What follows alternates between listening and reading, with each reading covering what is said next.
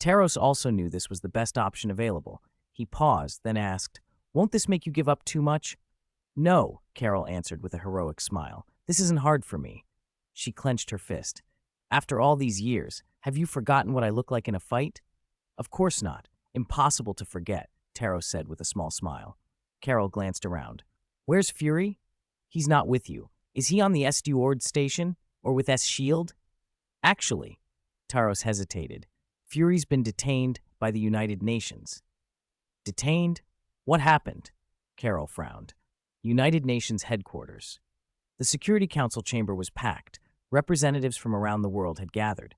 Today's agenda was an interrogation of Nick Fury, not a typical Security Council task, but S-Shield and Steward were international agencies under its purview, both formerly led by Fury and both tied up in events that threatened the globe. So the Council had taken over the questioning.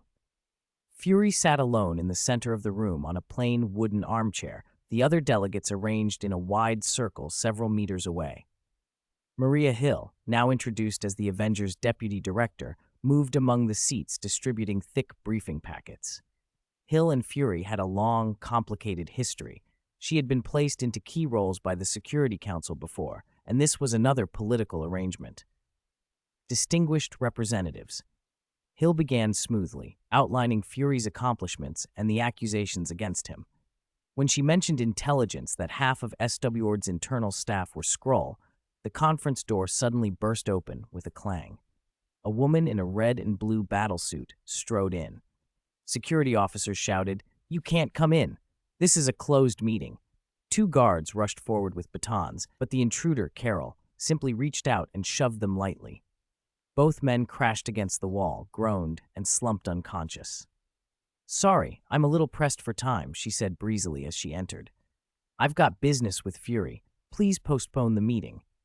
"Who are you?" someone demanded. "Where are the rest of the security officers?" another shouted. Undeterred, Carol walked straight up to Fury. "You son of a Carol? You're back already?" Fury's surprise split into a grin at the sight of her. "Looks like you've met Taros already." "That's right." Carol glanced at the delegates who were trying to rise and intervene, then picked Fury up in one fluid motion. "Let's talk somewhere private." "Oh, so you've got your own plan?" Fury laughed. Before more security could react, Carol and Fury shot up and out of the chamber at a moderate speed. They left the UN building and eventually touched down in a rundown apartment in a Brooklyn slum. "This is one of my hideouts," Carol said. "Haven't been here in a while, so it's messy. Make yourself at home." The apartment was tiny, just a dozen square meters with a sagging bed, two rickety chairs, and a small round table. Fury collapsed into a chair that creaked ominously. "You can only live in a place like this now?" Carol asked, wiping dust off another chair before sitting. "It'll do," Fury said. "Besides, now that you dragged me out of that interrogation, even this hideout might not last." Fury placed his hands on his knees. "Welcome back, Carol. It's been over 10 years. "It has. When I left, I expected you'd page me right away." Carol studied her old friend. He looked worn. "You've been through a lot. I should have come back sooner." "Would you have come back for something trivial?" Fury grinned, one eye hidden by his patch. "You're my nuclear button." "I can be more than just a nuclear button," Carol replied with a smile. After a moment, Fury said, "Taros should have told you why I asked you to return." Carol nodded. "S-Shield, Hydra, Superman. He told me everything." "What about the millions of Skrull?" Fury asked. "He told me about that too," Carol said. "I couldn't let them be cast adrift in the universe." "What do you plan to do?" Fury leaned forward. "You realize Superman is the strongest being on Earth right now. Every nation fears him." Carol's expression shifted. "I don't intend to attack him. I want to use him to show the world what I can do." Fury frowned. "You mean you're going to make a move on him?" "Not a move against him. I'll use him as a point of demonstration, show the world through him that there are forces willing and able to stand up." Her smile turned sly. "Besides, don't you want a little payback?" "As a friend, I'd love to help," Carol said, pumping a fist. Fury stared at her for a long moment, then shook his head. "I hoped you'd simply let Superman know where you stood, make him wary," he said. "I never expected you to be taking a side because of the Skrull." "There's a difference," Carol replied. "I've thought it through. I won't make him more than wary. he'll still be Earth's most dependable protector when I'm done. I'll be careful. I won't make him suffer unnecessarily. And I have a plan for the Skrull, Fury said quietly. Their problem will be resolved.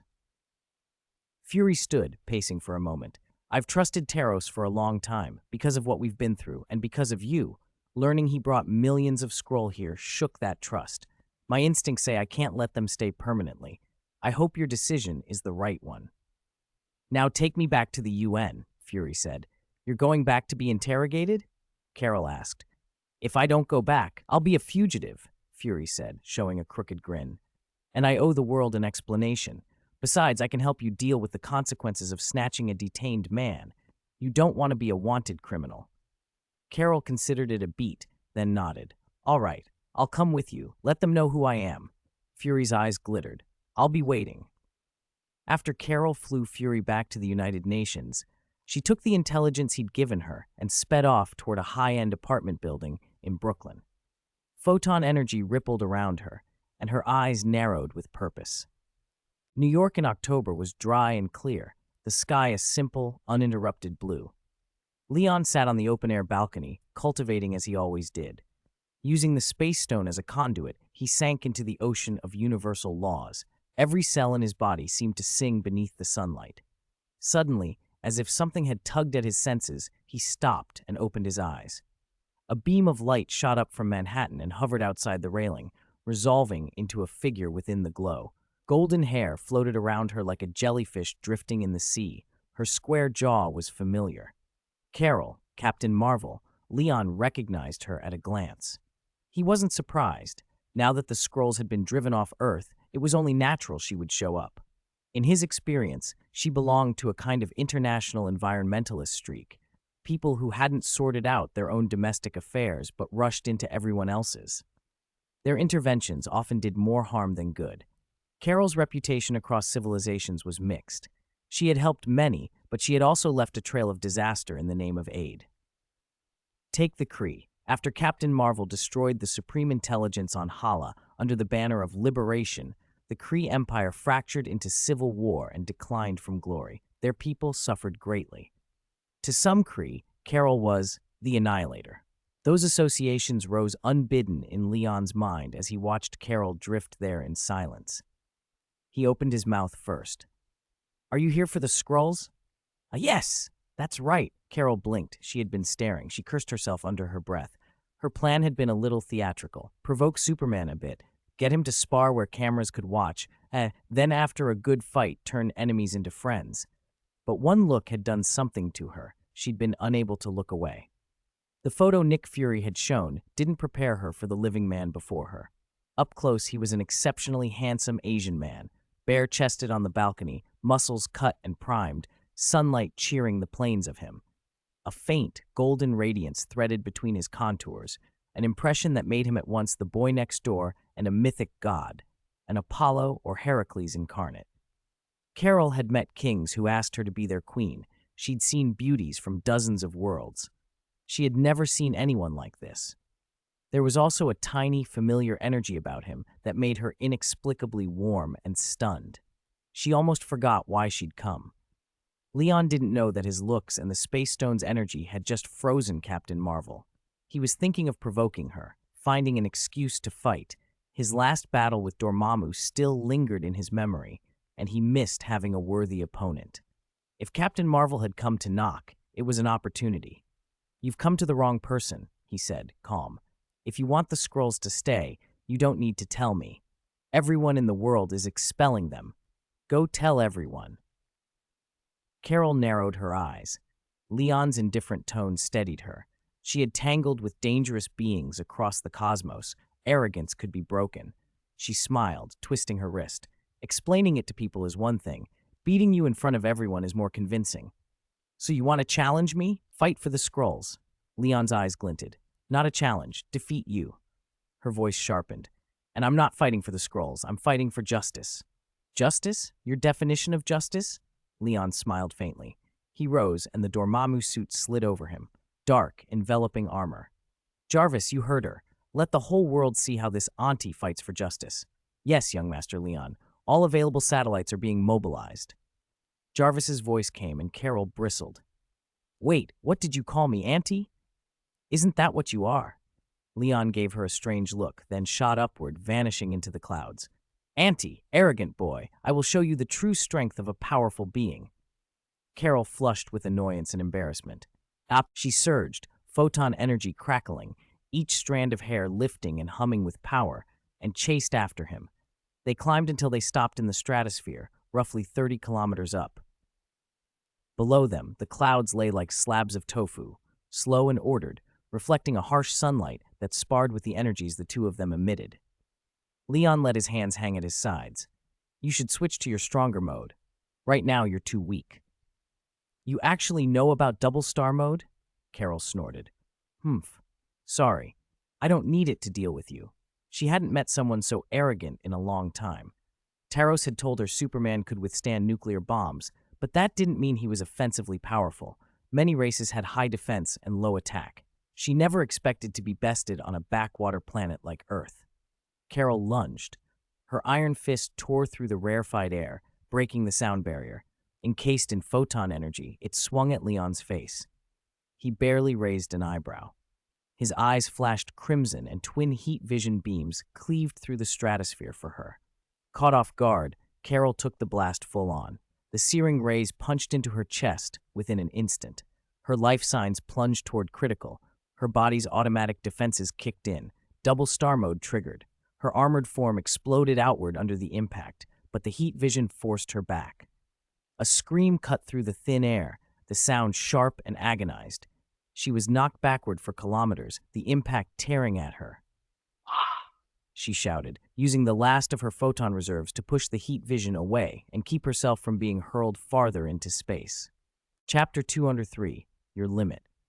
Leon barely increased his strength, and Carol's fully charged photon energy collapsed like a soap bubble. Heat vision shoved her straight down from the high altitude, like a migratory bird in the sky hit by a falling meteor. Leon cut the beam off and stared at the hole blasted through the cloud layer, brows knitting. Was that double star mode just now? He doubted his own judgment. He'd used heat vision casually, not even a 10,000th of its power. Why had Carol had no answer to it? Probably not, he muttered. He suspected she'd been careless and decided to give her another chance. A few seconds later, Carol exploded out of the clouds in a blaze of golden light. Her hair stood up like flames. White gold energy roared around her like a living river. The golden light in her eyes flared. She looked like a war angel wreathed in holy fire. This was undoubtedly double star mode. In it, her power grew massively. Her speed could break the speed of light, and her strength seemed to have no limit. But Leon could see through the photon aura. Captain Marvel's chest was a mess of blood, and her square jaw was streaked red. She was badly hurt. Fortunately, she had powerful self-healing, and the wounds were closing fast. How are you so strong? Carol's voice wavered between anger and disbelief. Leon tilted his head. Are you in double star mode right now? Carol's face went cold. She took Leon's question as a taunt. You bastard! Get lost! She snarled and threw herself at him. Her speed spiked. She closed the several hundred meters between them in a heartbeat. Energy that could level mountains poured into her fist as she swung 100,000 meters per second. The air pressure changed. Winds howled and the air along her path seemed sucked into a void. To Leon, this was still hardly even a slow-motion attack. He tilted his head and slipped the punch. The fist grazed his cheek. As Carol continued to follow him, he simply adjusted his position and avoided her blows with ease. In seconds, she had fired 30 punches. Leon dodged 30 times. With every evasion, his face grew more disappointed. He missed the thick-skinned Dormammu. At least he'd been fun to fight. Leon stepped in once more, pushed Carol back several hundred meters with a palm, and said, Enough. I understand your strength. You're not the opponent I'm looking for. Your double star mode has a very high ceiling, but you can't even access 1/10,000th of it. Now take those scrolls and leave Earth. Don't force me to act for real. In Marvel terms, Carol's rating was a 5. The Hulk was a full 7. Level 5 strength meant roughly 25 to 75 tons. Her raw physical power wasn't exceptional. Her real advantage came from photon energy. It boosted her strength, gave her defense, and most of all, made her speed and protection extraordinary. At full velocity, she could reach or even exceed the speed of light. At those speeds, even a 100-ton strike could devastate a continental shelf. That's why alternate universe versions of her could tear planets apart. They could freely convert vast energy into speed and attack. But the Captain Marvel in front of Leon hadn't learned to harness double star mode fully. Leon had never seen her hit with millions of tons of force or punch at hypersonic then light velocities. At best, she was closer to his level before he crossed into the starry sky world. He thought back. When he first returned to Earth from the universe ship, he'd indeed traded blows with Captain Marvel on even terms. He shook his head and began to turn away.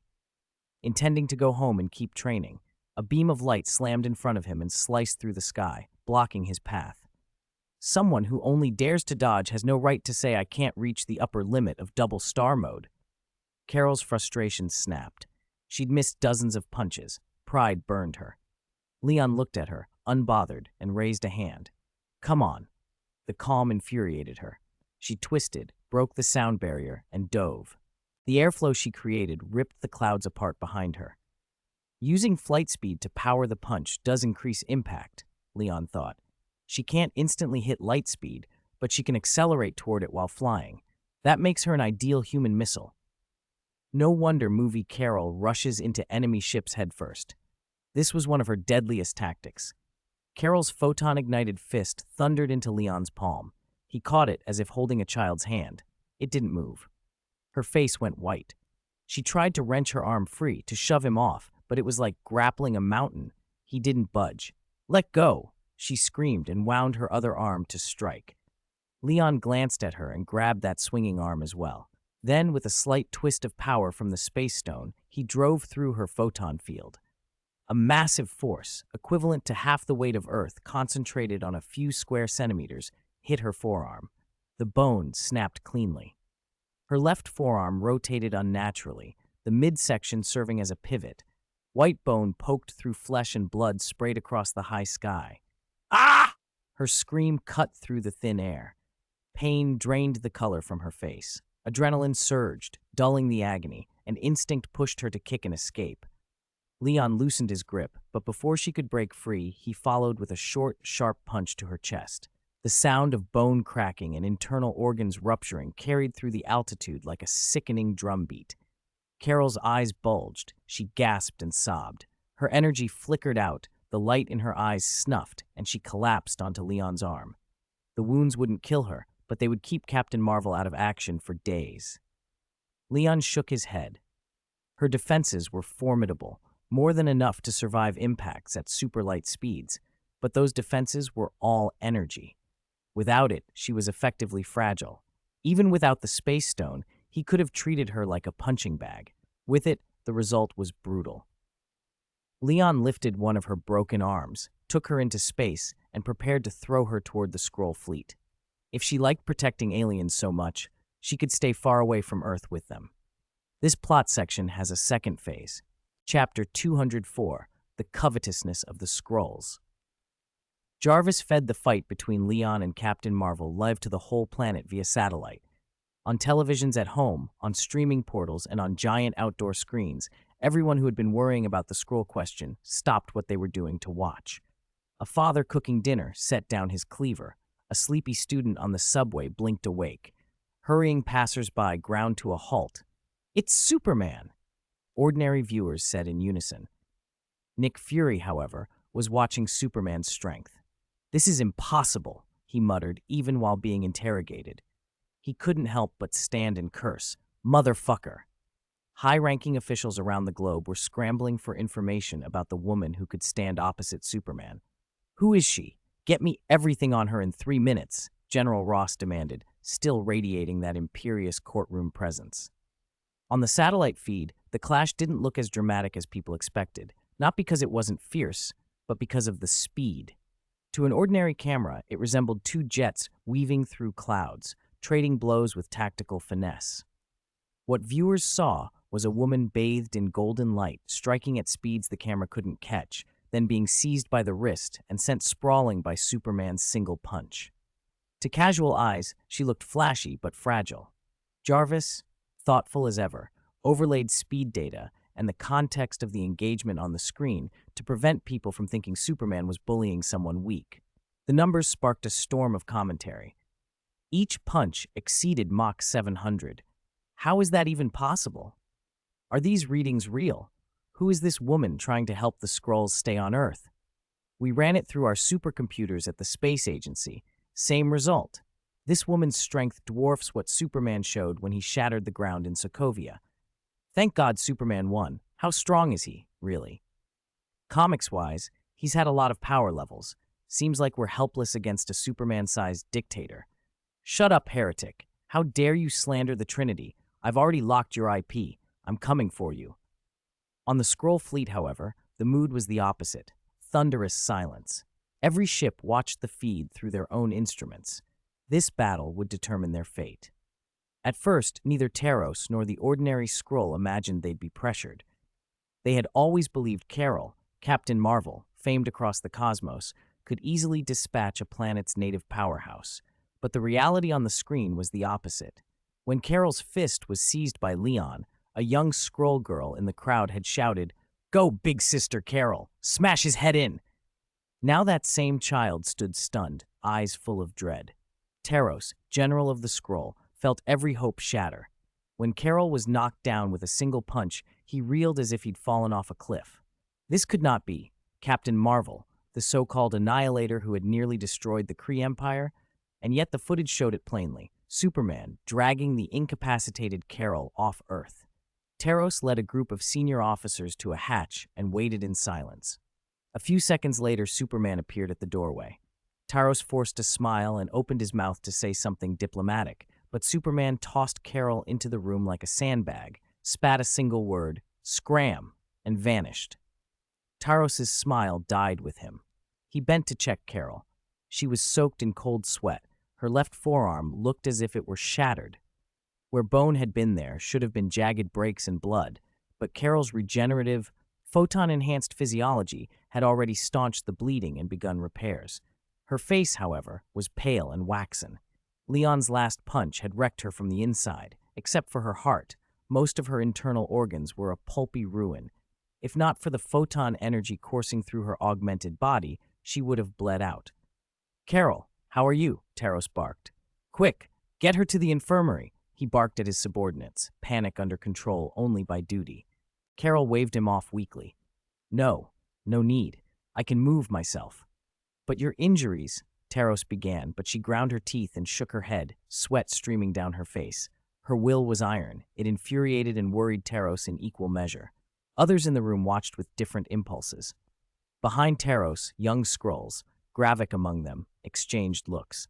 In their eyes a different hunger had flared, not for battle but for opportunity. They stared at the fallen Captain Marvel, at the congealed scabs and ragged wounds, and a quiet covetousness pooled in their expressions. Carol clenched her fists and pushed through the pain. Photon energy flared around her again, bolstering her regenerative processes.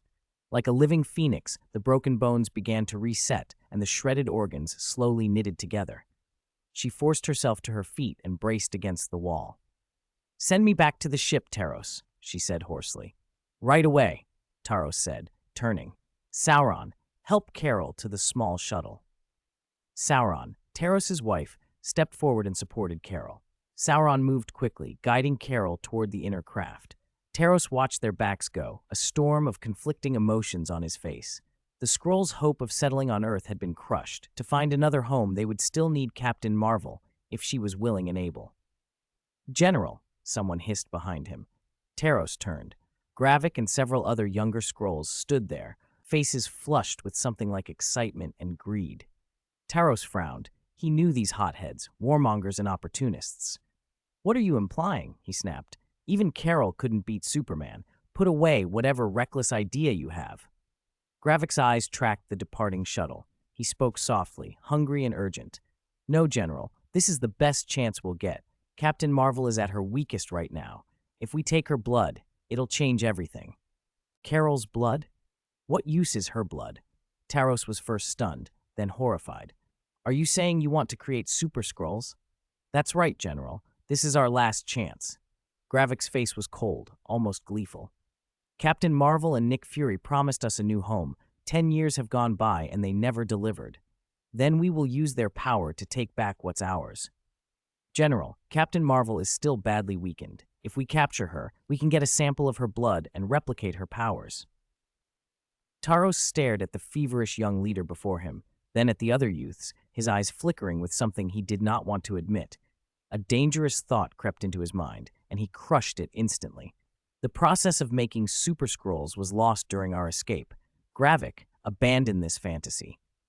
He shook his head. Gravik laughed, a thin, sharp sound. You're wrong, General. The technology wasn't lost. The scientists from that time are already on Earth. We only need your order, and we can be strong again at once. Taros felt his resolve waver, then steadied it. No, we can't do this. She is our ally, Gravik. Besides, even gravely wounded, no one can truly defeat her. And even if we somehow made super scrolls, what good would they do? What about that Superman? Taros waved him off. Enough. Everyone, disperse. Go back and rest. After Carol recovers, we will leave the solar system. Before he left, Taros went to the captain's cabin and checked, carefully, that there was no blood left behind. The group hesitated, itching to act against Captain Marvel. She was vulnerable now, a predator among prey. But Carol still commanded respect. Without Taros's endorsement, they dared not move. They slunk away defeated. Only Gravik remained, eyes bloodshot, watching Taros's retreat until the older scroll disappeared. He stood very still, thinking. The next day on Earth, the Avengers, speaking for the Security Council, announced that all scrolls hiding on Earth had been located and cleared. In hidden corners of the globe, hundreds of thousands of replaced people were finally exposed. Although the scrolls had made extensive incursions, Captain Marvel's and Nick Fury's reputations had limited the carnage. Many of the imposters had been living in abandoned radioactive sites, places like Chernobyl, kept alive by life support systems. Except for a handful whom Fury had ordered eliminated, the replaced humans were found alive but weakened, like sleepers waking from a long slumber. That same day, SW Ord was dissolved and its personnel reassigned to ground oversight. Nick Fury and Carol's old friend Maria Rambeau were both sentenced to life imprisonment.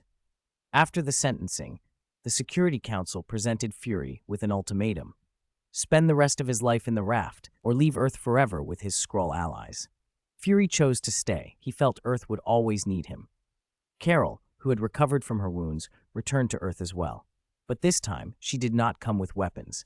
She went to the United Nations to plead that the Skrulls be allowed to remain. She was met with blank faces and closed doors. Within a day, delegations had dug up her history. To many, she was no longer a hero, but a human who had betrayed her species. No one would offer mercy. When she left the UN that afternoon, even children on the street pointed at her and whispered, "Look, that traitor the papers talked about, the human who fought Superman." The words drove into her like knives. She tried to explain, but there was nowhere for her to go. In despair, she left Earth. Floating above her home, she found the planet suddenly alien, every familiar thing unfamiliar. For the first time, remorse and regret washed over her. She turned toward her ship with a face full of conflict, unaware that a storm born of her vulnerability was already gathering. One day earlier, in a cramped compartment aboard a skiff, Gravik stood before a handful of restless young Skrulls. "Taros is old," he declared. "He cannot lead us forward. We must take action and carve out our own destiny." "How?" someone asked. "Simple," Gravik said. "We need Captain Marvel's blood. She was so badly hurt. There must be residue in her ship. Taros always grovels before her. She'll go to Earth again. That will be our chance." Under the cabin lights, Gravik's eyes gleamed like a hunted wolf's. Half an hour later, while Carol argued with country representatives at the UN, a small team of Skrulls in microcapsules slipped close to her ship. Using stolen Skrull tech, they bypassed the vessel's security and entered in single file. The cabin was chaotic, scattered clothes and equipment, signs of a hurried life. The green-skinned intruders searched every corner with anxious care. When one of them found a towel stained with blood, checked the DNA with a portable scanner, and cried out, the rest whooped quietly and sealed the towel away. They restored the mess they'd made and slipped out before Captain Marvel returned, leaving no obvious trace. On the third day after the UN hearings, Fury and Maria were taken to the Raft, an underwater penitentiary for the world's most dangerous criminals. Unless something miraculous happened, they would spend the rest of their lives there. That same day, the Skrull fleet received an ultimatum: leave the solar system, or Earth would bring in Superman. With no choice left, Carol led the Skrulls through a jump point and out of the system. By the fifth day, the fleet was drifting through the indifferent dark of interstellar space. On one ship, a group of young Skrulls gathered around Gravik, tense with expectation.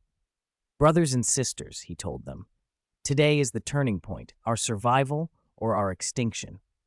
Gravik stepped onto a circular platform at the center of the room. It was the Super Skrull apparatus, a massive disc base ringed by 8 curved pillar columns that rose and arched inward like the legs of an upturned spider, enclosing the enclosed chamber. The machine required only a blood sample from the target. In return, it could enhance a Skrull with all of that target's superhuman abilities, though at only 60 to 70% of the original strength. The apparatus could reproduce multiple enhanced Skrulls until the biological material was exhausted. Even more dangerously, each Super Skrull could stack the powers of different people. Create enough Skrulls with Captain Marvel's abilities, and then graft Superman's strength on top, and you could forge a force powerful enough to dominate the stars. Gravik closed his eyes and let the vision take him, a Skrull empire rising again, ruling the universe. He felt, for the first time in years, that victory was within reach. Chapter 206, Target, Superman's Blood. The equipment to make Super Skrulls was built a long, long time ago, Gravik proclaimed. It was the incompetence of Taros that made us lose hope and stopped us from using it.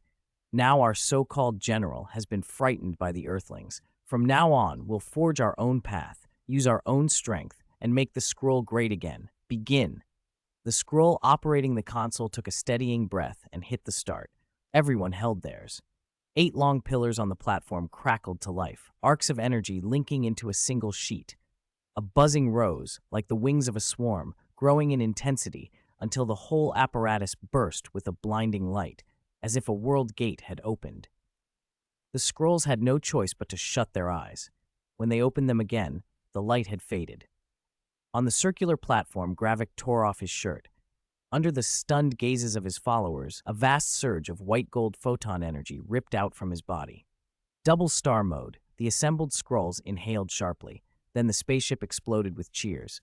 "Brothers and sisters, now is our moment to strike back. Earth belongs to the Skrull." Gravik floated, triumphant. Around him, the cheers swelled into a single cry. "Overthrow human tyranny. Earth belongs to the Skrull."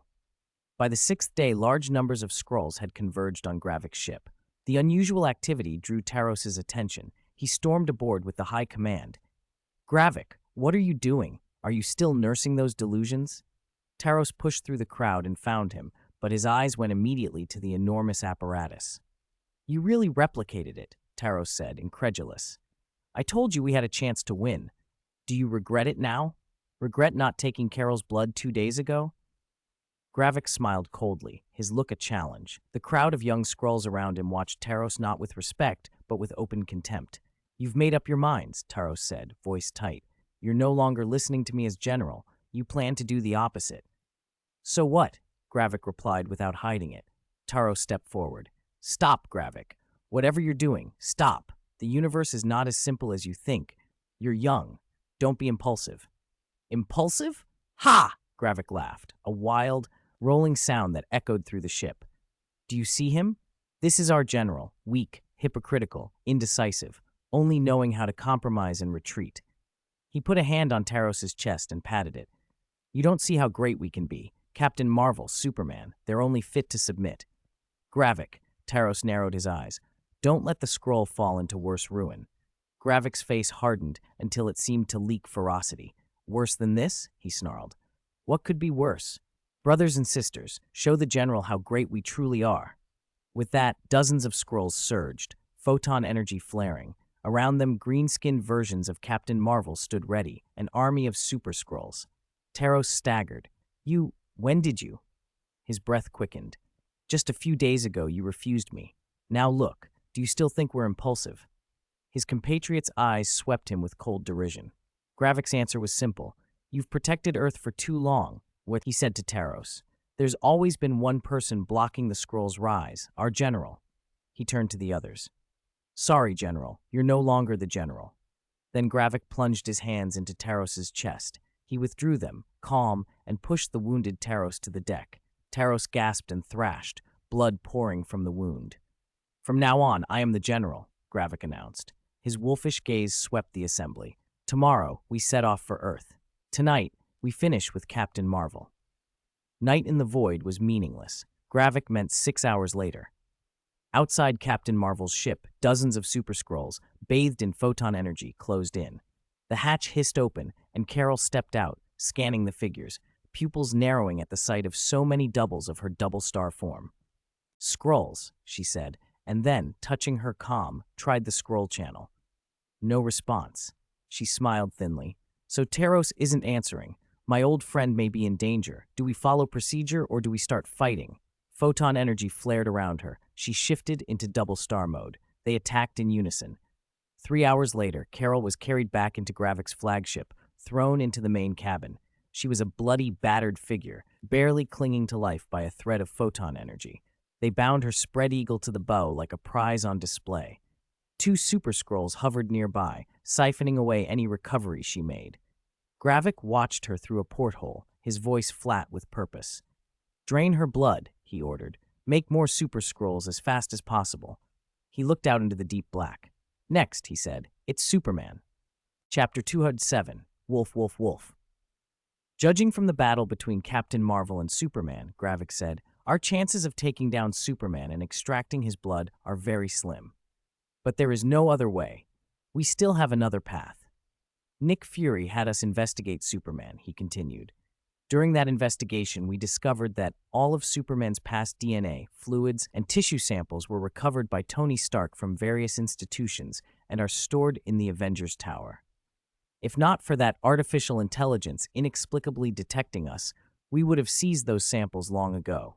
Now we simply need to take back what rightfully belongs to us. His plan was simple and brutal. Superman is powerful and righteous. We will use humans to distract him and his loved ones to overwhelm him. We split into 3 teams. The first, 500, will spread across the world to destroy human cities and carry out massacres. The second, 100, will capture every one of Superman's relatives and friends. The third, 30, will come with me to the Avengers Tower. The remainder will guard the fleet and await our return. Gravik's eyes flashed with malice. Those cultists who worshipped Superman as a divine trinity would finally see their god nailed to a cross. The people in the first and second teams will be in mortal danger at any time, he warned. But for the survival of the Skrull race, all sacrifices are worth it. I will be at the most dangerous front lines with you, he vowed. We will not retreat. We will not fear death. There must always be contingency. If the plan fails, the remaining forces must immediately lead the fleet back through the jump point and escape. Gravik had thought through even the worst outcomes. After escaping, we'll find a weak-life planet and take Captain Marvel there to hide. With her continuously regenerating blood, one day we Skrull will return to Earth. He punched his chest. Today, we die for the Skrull. A chorus of fists hit chests in answer. Die for the Skrull. Over 600 Super Skrulls piloted stealth craft down to Earth. They arrived silently, spread out silently, and prepared to ignite a storm at once. Tali and Vara landed in Manhattan. Both were among Gravik's trusted lieutenants. New York and the Statue of Liberty on Liberty Island were their assigned targets. They waited only for the signal to strike. Vara, do you think we can win? Tali asked, watching the bustling streets, licking her lips.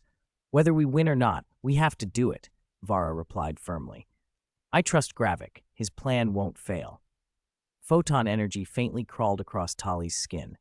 I'm like you. I'll kill these humans without hesitation. After all these years of hiding, I'm sick of pretending to be like them. Yes, Vara agreed with a soft laugh. Who isn't? When we become masters of Earth, I'll definitely dye these Earthlings green. Outside Midtown High School, Gaia and Somali crouched in a tree. They were from the Dove faction. Gaia was even Taros's daughter, and both were reluctant participants. They had never wanted to invade Earth or to kidnap Superman's family. But this had become a matter of racial survival. Personal feelings no longer mattered. Through the classroom window, Gaia watched Sherry Birkin answering the teacher. She sighed. "I don't want to do this." "Then don't think about it," Somali said. "After this mission, we'll take everyone and leave Skrull. With our strength, we can live anywhere in the universe. Why must we kill people?" Gaia nodded vigorously. "I plan to take Mom to Xandar. I heard their welfare is good there." They imagined a future of peace. Many other Super Skrull units felt the same. War was an alien word to them, a shadow from a life on the run. Now, with the chance of finally finding a home, they wanted to seize it with both hands. Soon, all units were in position, from great global cities like New York, Hong Kong, and Paris to tiny villages and fishing ports. Gravik stood in the Amazon where his ship had landed and checked the comms map. He pressed the device to his ear and gave the order. "Action begins. Wolf, wolf, wolf." The triple wolf was the secret code confirming the assault. Gravik liked the symbolism. There had once been an army that used tiger, tiger, tiger as its code when launching invasions. That had ended in arrogance and failure. Wolves, by contrast, were pack hunters, patient, coordinated, and deadly. This was to be a wolf pack strike, a single decisive hunt. Across the world, 600 Super Skrulls received the signal and launched. They burst from alleyways, leaped from rooftops, and exploded out of crowds, releasing photon blasts without restraint. Like gods descending, they stoked the sky with light as they hurtled toward their targets. Fists glowing with divine power, they dove like meteors, a 100-meter tail of flame and energy behind each one. Within seconds, nations plunged into chaos. Pedestrians barely registered the blur before them, before a figure appeared in the sky, hurtling down. People would normally have been crushed, killed outright by the violent impact. But as the Super Skrull's momentum reached its peak, an invisible ripple washed across the Earth. Every Skrull froze in midair. Figures moving at hundreds of times the speed of sound came to an abrupt, absolute halt with no buffer, no deceleration, no spray of debris, nothing. Their kinetic energy vanished as if a droplet of water had been carried off by sunlight. Chapter 208, The Noise Hurt My Ears. Their heads, arms, and thighs were frozen in place, like plaster statues. But the white-gold energy on their bodies still burned and rose. If one looked closely, their hair floated as if buffeted by photon currents, their eyes spun in frantic panic. Vara, Tali, Gaia, Somali, only a second before they had moved, each Skrull had been dreaming of life after the war. Less than a second after they acted, despair sank over them. Humph! A cold snort echoed in every Super Skrull's ear. Their eyes swiveled in terror, but all they could see were screaming humans below. No sign of the owner of that voice. Seconds later, two voices came through their earpieces in a stunned exchange. "You Skrulls really love sprinting down the path of death," one voice said. "Superman, how could you possibly have detected our actions?" Gravik snarled on the other end. On the other side of the world, on a Brooklyn apartment balcony, Leon's invisible psychic awareness unfurled and immediately took in every corner of the planet. He sighed. These idiots were interrupting his peaceful sunbathing again. He had already handed all Skrull matters off to the Men in Black and to Tony. If Captain Marvel hadn't inexplicably shown up earlier, he probably wouldn't have glanced twice. Tony and the Men in Black were decent people. They didn't want genocide. Leon, for his part, didn't want the hassle. As long as the Skrulls moved to a different location, they could do whatever they wanted, but they had to rush headlong toward death. They'd even seen the footage of his fight with Captain Marvel, and still they struck. It was as if a house pig, seeing its master's cleaver unused, decided to sacrifice itself to sharpen the blade. Since they had acted, Leon figured he might as well finish it. He liked doing things cleanly. He vanished from the balcony and reappeared in front of Gravik in the Amazon rainforest. The voices the Super Skrulls had heard on their communicators explained themselves.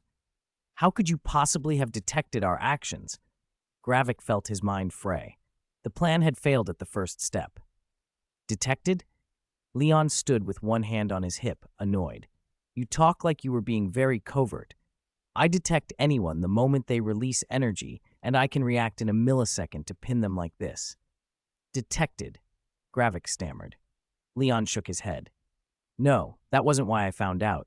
You kept yelling, Superman, Superman, at the edge of the universe and annoyed my ears.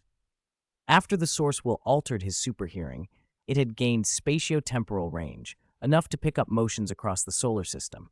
Normally, he suppressed it with his superbrain and filtered out irrelevant noise.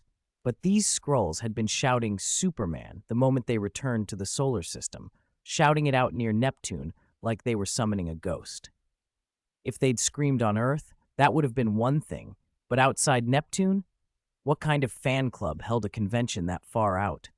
Even the lunatics in his Superman cult wouldn't do that. Leon could not help making a slapping sound with his hand as he mock-patted Gravik's face. Next time, don't call me Superman. Use some other name. Call me you-know-who. At least then I won't notice. Gravik stared back, dumbstruck. Its hawk-like, wolfish gaze seemed wrapped in a gray veil. No, that's impossible. In Tony Stark's movie, you even fell because of high-altitude icing. It sputtered, trying to refute, poor thing. The movies had purely fictional stamped at the start, yet the alien believed every frame. Leon didn't bother correcting it. Instead, he looked out into space and said, conversationally, I actually like close-quarters combat. Not long ago, I fought a huge black bear from the dark dimension. It was a back-and-forth, exhilarating scrap. A few days ago, a glowing fly came to find me. No power, just annoying, so I swatted her away. Now a bunch of toilet maggots have crawled out trying to disgust me. That's hard to tolerate. What do you do to maggots, Skrull? Leon asked. Against you, I don't even have the desire to punch. Let's just burn them all away. Sometimes Leon thought he was a lot like Dyda, the human host of Ultraman, always choosing the powerful red form for brute force instead of more convenient psychic powers or energy techniques. It was less efficient, but it felt right. This time, though, he truly didn't intend to switch to a red hand-to-hand mode. He tightened control of his psychic power, letting it thicken and constrict, preparing to crush every Super Skrull. As the invisible pressure around Gravik intensified, raw fear erupted through the alien. It trembled from body to soul at the approach of death. It wasn't alone. Every Skrull around the world was seized by terror, bodies shaking like sieves. The Super Skrull youths, who had just screamed that Earth belonged to the Skrulls and boasted about sending for their mothers after the war, were now reduced to tears and snot. No. Gravik poured out photon energy in desperation, unwilling to give up. But as Leon increased the pressure, the light in its throat and chest dimmed. Gravik lost the power even to say no. It knew escape was impossible. This was a butcher, someone who would never let them live. Its own death didn't matter so much as the prospect of the whole Skrull race being finished. A crackle suddenly burst through Gravik's private comms. Brother Gravik, why is no one answering? Is everything okay? Is the plan going well? Oh, you're all quiet. Are you already back on the ship, preparing to return? A sweet, delicate voice chimed in, innocent, clear. Gravik's eyes bulged. On the other end of the line were the children from the fleet, the cheerleaders meant to welcome them home in triumph. They would have welcomed the returning warriors with feasts and blessings, a sign that true happiness was finally near. But the girl's voice now only deepened Gravik's remorse for his recklessness and arrogance. If he hadn't been so stubborn, if he hadn't thought he could gamble everything on a sliver of power, how could the Skrulls face the danger closing in? Gravik at last understood Taros's warnings. He also understood what he had to do. Run, he croaked, forcing the word through a throat full of static. The vast photon energy that had been radiating from his body suddenly pulled back into his form. Lion arched an eyebrow as Gravik's body swelled, ugly bulges rippling beneath the skin. Self-destruct? He murmured, tightening his telekinetic field. Then the energy Gravik had compressed inside him detonated. His body ballooned like a carcass blown apart, then was crushed inward by Lion's telekinetic barrier. Fire roared, black clouds billowed. In the confined pocket of space before Lion, it was as if a small sun had imploded. In the last instant before the blast consumed him, Gravik seized the momentary shockwave to speak. He screamed hoarsely into his communicator to whoever listened. Run! You fools, run! His voice rode the explosion and was lost in the churn of dust. Lion smoothed away the debris with a flick of his mind, stood tensed and shook his head. Run? What good would running do now? But your self-destruct had power. It reminded me that, besides killing, you can still be useful. Lion's thoughts sharpened. The mental field that blanketed the planet swept outward and dove into the minds of the 629 super scrolls gathered nearby. He cast the soul enslavement secret art. His mental power became an invisible net that wrapped around their souls, seeding and corrupting them with an imprint of himself. Within seconds, the inner colors of all 629 had turned Lion's hue, their frantic eyes stilled into serene obedience. Whether they had once wanted to claim Earth or to survive elsewhere after the war, when Lion released his grip, they all rose, knelt, and then prostrated themselves, calling in unison, "Master!" The enslavement secret art of the starry sky world didn't erase logic. It reoriented every subconscious priority around Lion. No matter what they thought or planned, their first automatic concern would be Lion's interests. Any impulse hostile to him would simply not surface. From that moment on, Leon became everything to them. The cost fell on the enslaved. The technique crushed their innate talent, crippling future potential and stalling further growth. For Skrulls, talent mattered little. They lived by stealing the genes of other races. Leon smiled at the result. It was his first time using the art, and against these Skrulls there was no moral difficulty. He issued a single, cold directive with his mind. "Come with me. Leave Earth." A chorus of responses, and over 600 golden-ored Skrulls surged into space and streaked away. Lion moved to intercept the Skrull fleet fleeing the system and swept his mental net over every ship. He enslaved all on board in the same instant and ordered them off their vessels. As the remaining Super Skrulls abandoned the ships, the woman tied to the bow of the flagship finally breathed. The siphoned photon energy that had been draining her was now cut off. It began reversing, rebuilding her blood and restoring a body that moments earlier had been nearly emptied. Outside, nearly 1,000 Super Skrulls stood in formation behind Leon, each blazing with photon energy, walking nuclear warheads capable of sterilizing a planet's surface. Lion looked at them and felt a sudden, baffled contempt. Gravik already had Captain Marvel. He could have created more Super Skrulls, could have mounted a bid for cosmic dominance. Even the force arrayed before Lion was enough to challenge Titans. Why had Gravik fixated on Earth? The answer was plain. Power had blinded him. His hunger had metastasized from finding a home to a lust for a leap forward. He wanted Lion's blood and nothing else. "What a malformed race," Lion muttered, then made his orders. "Wait here." He moved to the fleeing fleet, floating in front of it, with his cape snapping, though there was no wind. In the next heartbeat, twin beams of heat vision flashed from his eyes, stretching hundreds of kilometers and slicing through the ships like a cosmic blade. The fleet ignited in a cascade of explosions, 1,000 fireworks blooming at once. The enslaved Super Skrulls watched the carnage with aching sorrow for the dying, yet they felt no hatred toward Lion. Everything about this, they told themselves, was their own fault. Those sailors had been fools to strike at their master. Their deaths were deserved. If Lion had not looked so composed, some of them might have stepped forward and offered to help. As the fleet burned, a single figure erupted from the conflagration, trailing white gold photon energy. It was Carol. Her recovered photon stores had rushed blood back into her veins. She was whole again and hurtling straight for Lion. She accelerated to near light speed and then struck, a blunt, blinding blow meant to stop him. From the shape of her lips as she passed, he could read her plea. "Stop!" Lion felt a flicker of amusement. This woman, drained and bound by the Skrulls, still pleaded for them. He answered with a punch. Where Captain Marvel had to build speed across the void, Lion's fist went from gesture to impact at practically the same instant, moving with light-speed ferocity. Their fists met. Carol's arm buckled. She blew backwards like a meteor. She came back, angrier, covering greater distance this time, and closing again at near light speed, her mouth forming the words, "There are innocent Skrulls." Lion replied with another strike, a precise, crushing blow that sent her hurtling away. Even pushed to the limit, Carol's photon defenses were formidable. He'd used attack force on the scale of planetary devastation, and yet she could pause for breath and return. After a brief exchange, he grew bored. When she launched another lightspeed punch, Lion caught the blow with his left hand, and in the same movement, seized her throat with his right. Chapter 210. Carol's Despair.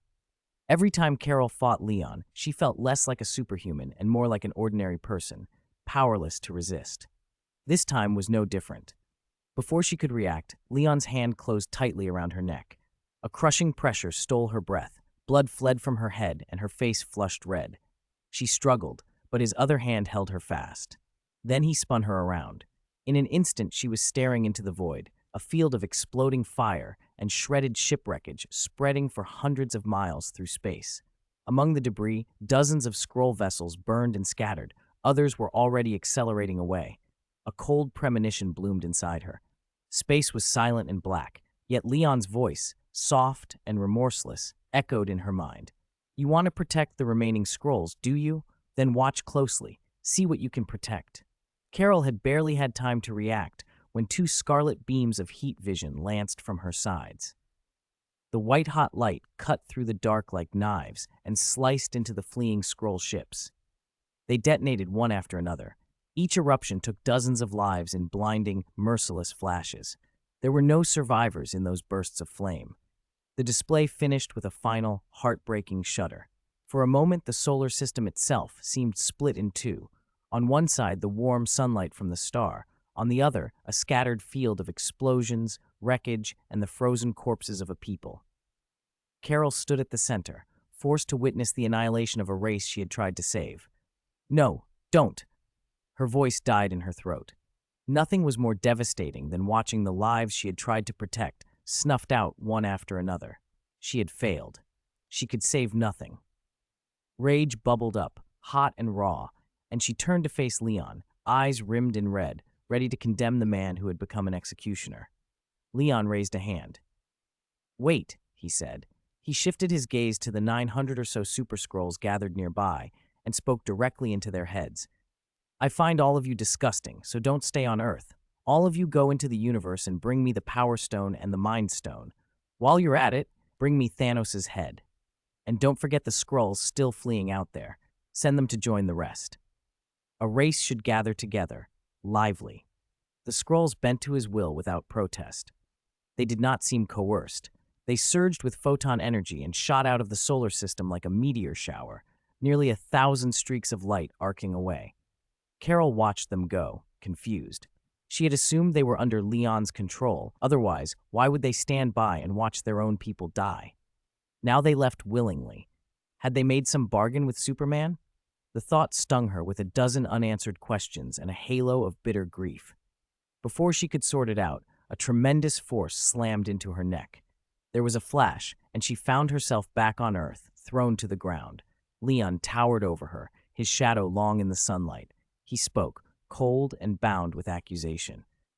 Carol, since 1989, when you drew vast power from the Space Stone, until now, over 20 years, you have gradually forgotten your original identity as an Earthling. Many races in the universe may be grateful for your help, but clearly the current Earth is not.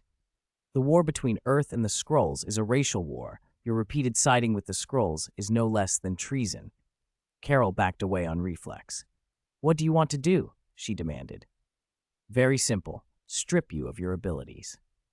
Leon stretched out his hand. Space Stone energy flowed out of his inner world like a living thing.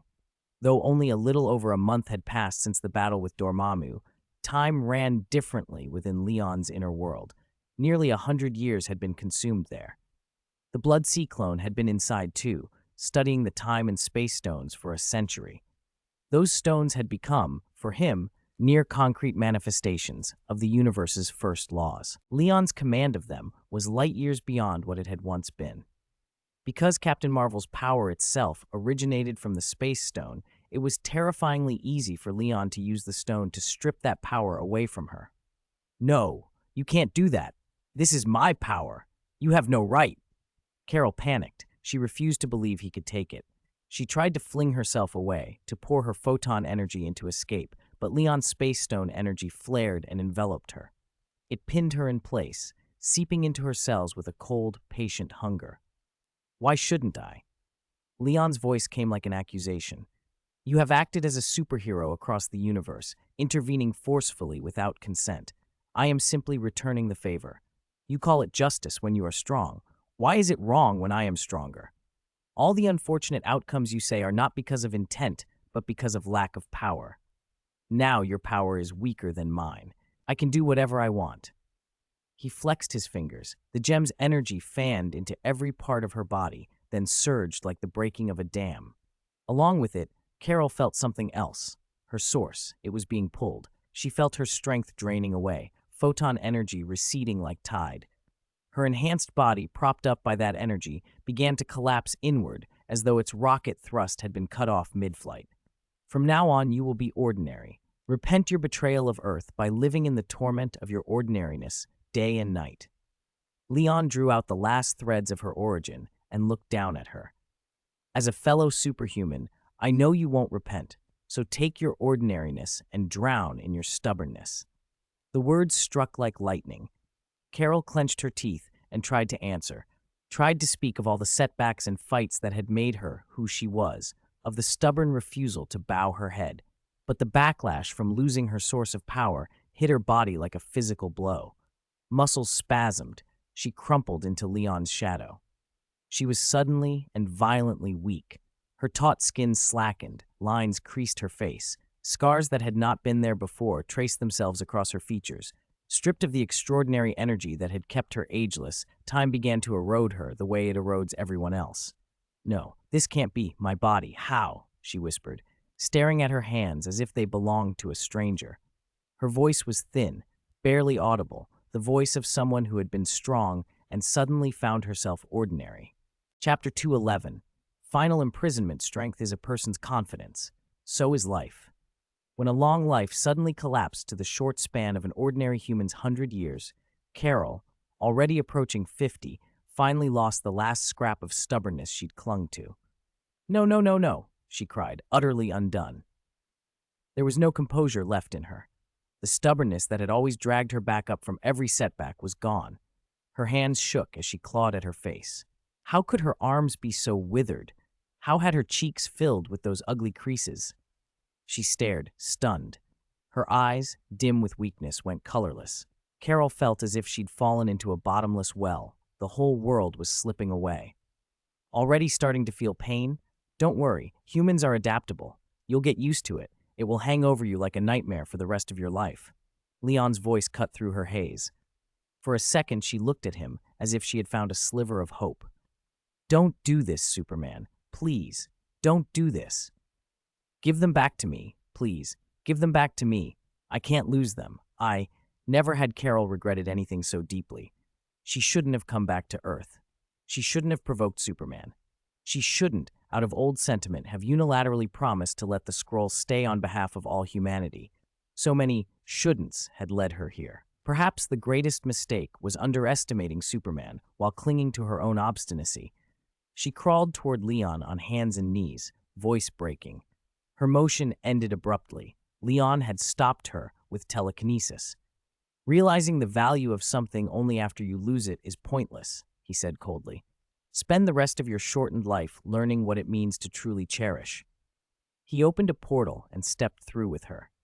He intended to hand Carol over to Tony and let the international court judge her betrayal. He was confident Nick Fury, already confined in the underwater prison, would soon have the company of his old friend. To Leon, making Carol spend the rest of the decades left to her in the dark cells of the raft was the proper punishment. "So the Skrull were annihilated just like that?" Tony asked, incredulous. "Don't they have the internet? Don't they know how strong you are?" "Who knows?" Leon shrugged. "Those green guys are disgusting. They always want to invade someone else's home. They never have any self-awareness," Tony snapped. Outside the door, Carol's angry shouts faded as two agents dragged her away. Leon turned back to Tony. "Carol is in your hands. She needs a fair judgment." "Don't worry," Tony said, pouring a glass of brandy for Leon. "Long-term imprisonment or execution, those are the obvious choices." He gestured upward with his finger and spun it twice. Besides, the sudden appearance of hundreds of Skrull and their attacks frightened the governments. You stopped them. Everyone knows only you could stop that many at once. Jarvis recorded you wiping them out and sent the footage to the Avengers. All we have to do is hand that recording over to the Security Council. Leon agreed. Say one word and who on earth would dare challenge you? Tony grinned. Hey, are you turning into a tyrant or something? You haven't even found your Louise yet. It's kind of soon to go dark, don't you think? Leon was speechless. The wings on my back are so tangled they're almost a mess. Is that still considered not finding Louise? Tony laughed and took another sip. Then he grew serious, eyes skimming Leon's face. The glass in his hand trembled faintly. Anxiety, Leon realized. That display by the super scroll, could it be setting your nerves on edge again? Tony covered his mouth with the glass in a vain attempt to hide it. Do I look anxious to you? Not at all. I've never been better. Really? Leon didn't buy it. Tony's hand still shook. He sighed. All right, I got worried when those flashy scroll flew out of the solar system. Tony muttered. Each one was as strong as Captain Marvel, right? Even you only let them leave. So you feared they'd come back? Leon chuckled. I controlled all of them. Controlled? I used something from the starry sky world, Leon explained briefly. A kind of enslavement secret art. Tony's mockery turned into genuine alarm. There's a secret art like that? Leon, you're less and less morally reliable. Tony perked up again, the anxiety melting away as sarcasm returned. Fine, I'm not a saint, but you did bring a gift. Leon opened his palm and a brilliant white gold light climbed into view, surrounded by a faint blue gem-like energy. What is this? Tony asked. Your 50th birthday present. Oh, thanks, I'm not even 40 yet. But the gift was already given. Remember the Sky Fortress? That 2.5-hand birthday gift. I'll never forget, Tony said with a smirk. So what is it exactly? Captain Marvel's powers, Leon said. Super strength, speed, regeneration, extended lifespan, everything. It's like touching Godhood. You take it and you have it all. Tony leaned forward, expression serious. You stripped her of her abilities? Yes, best punishment. I'll pass. I can't handle turning into some glowing dress wearer. You're serious? Godlike power and you're worried about looking flashy? It's definitely cool. Leon raised an eyebrow. Tony paced a few steps with his brandy, thinking, aren't you going to give it to your men in black girls? Their fighting style suits this power. They don't need it, Leon said.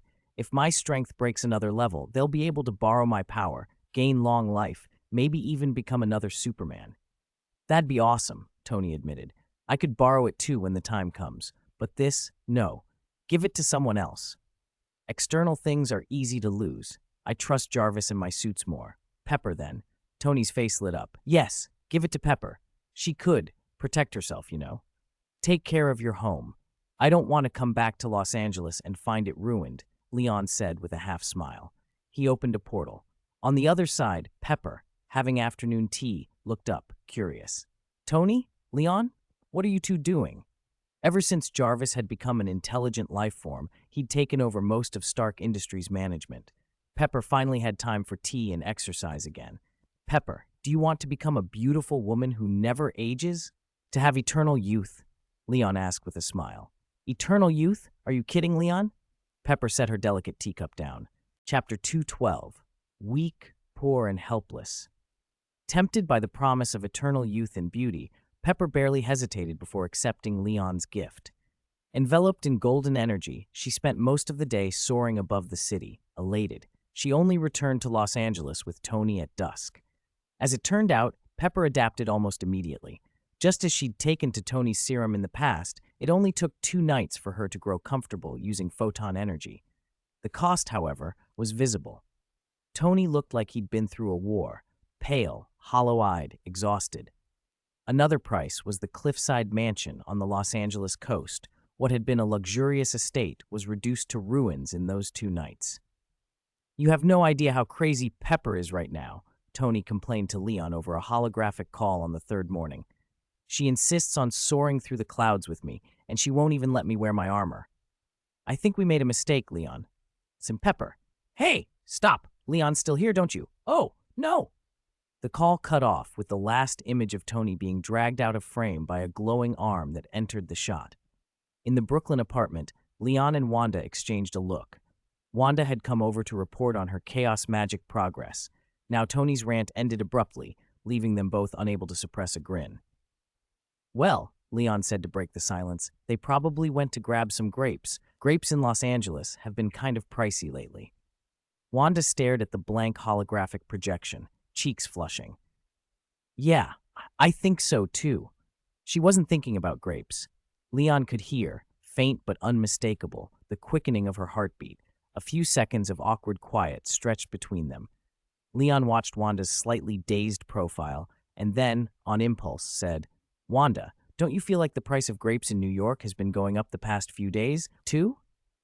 The offhand remark landed just right. Wanda's pulse leapt further. When she turned to meet Leon's eyes, that small, hastened beat caught in her throat like a skipped note. What do you mean?